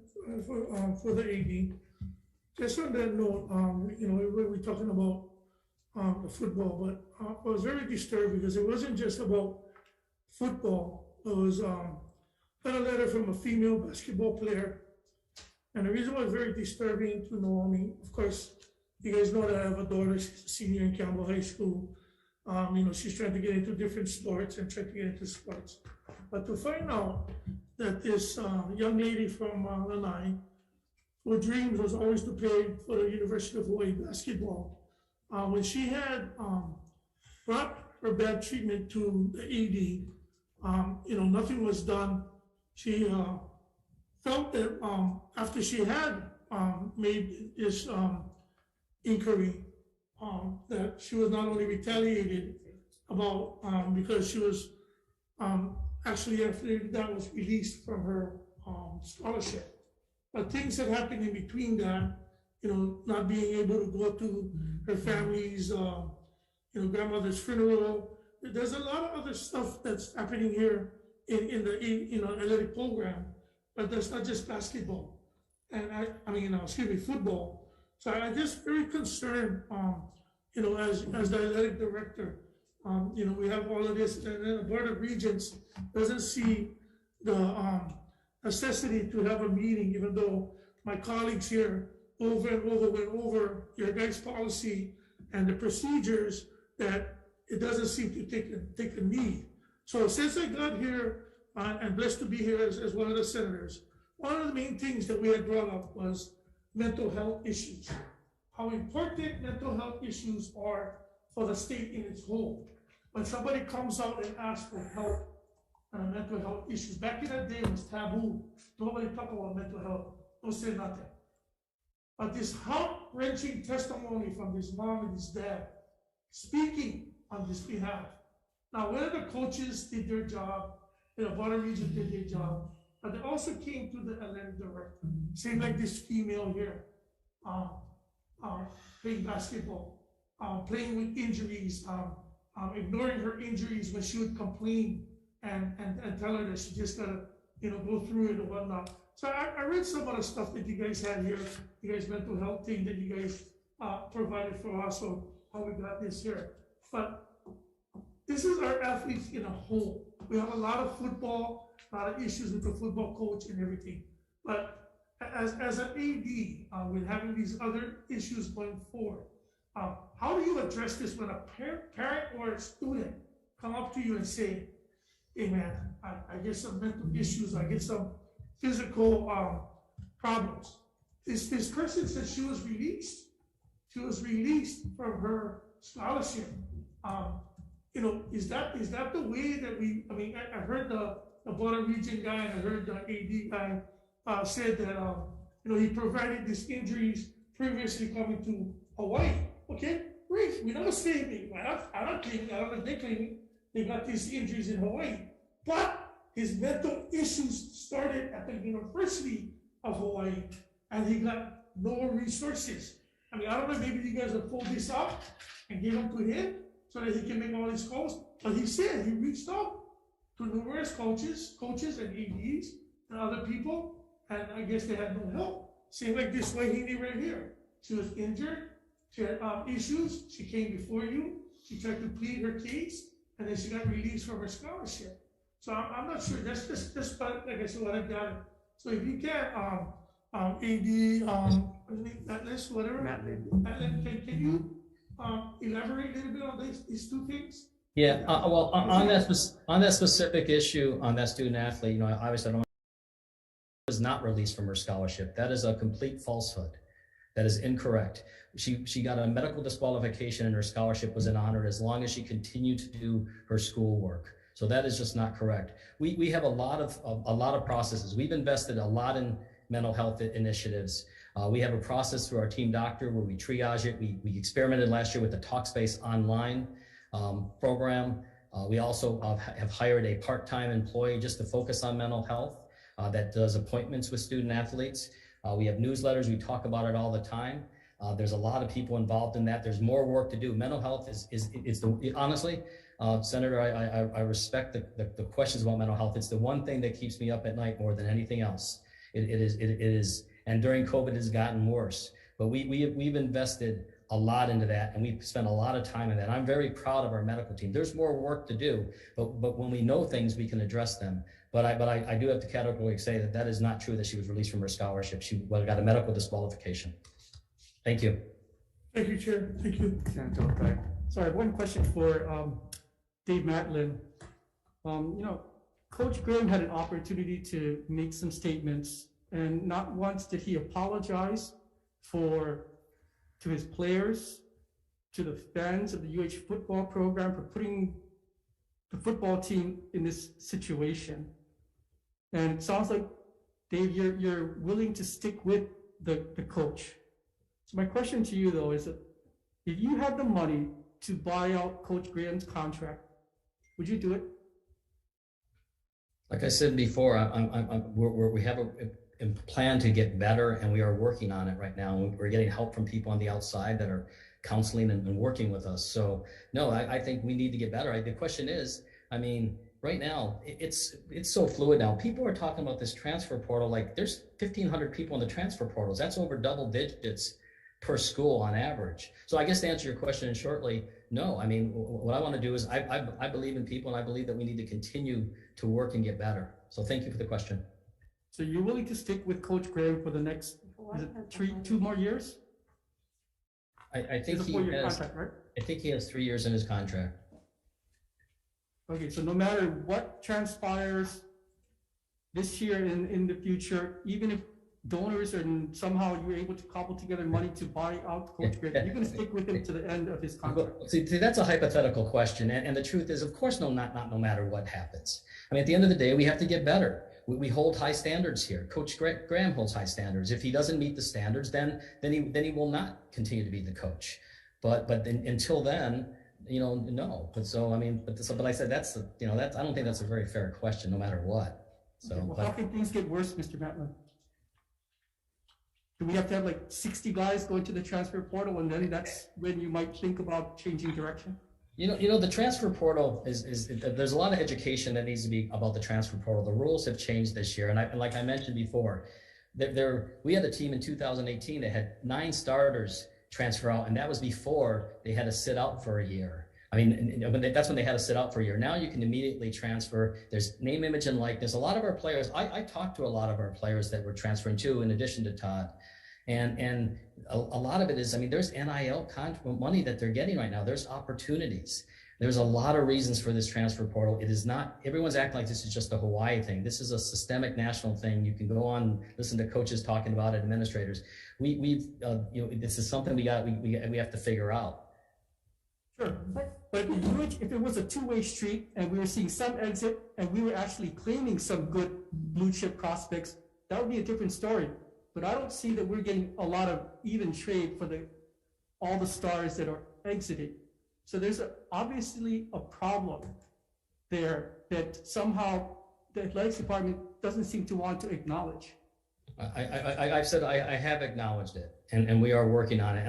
And I do think there have been some transfers that have come in. I don't have all that data with me, but candidly, my door's open. I've met with many legislators throughout the years, and I'm always open to take phone calls. I always return phone calls.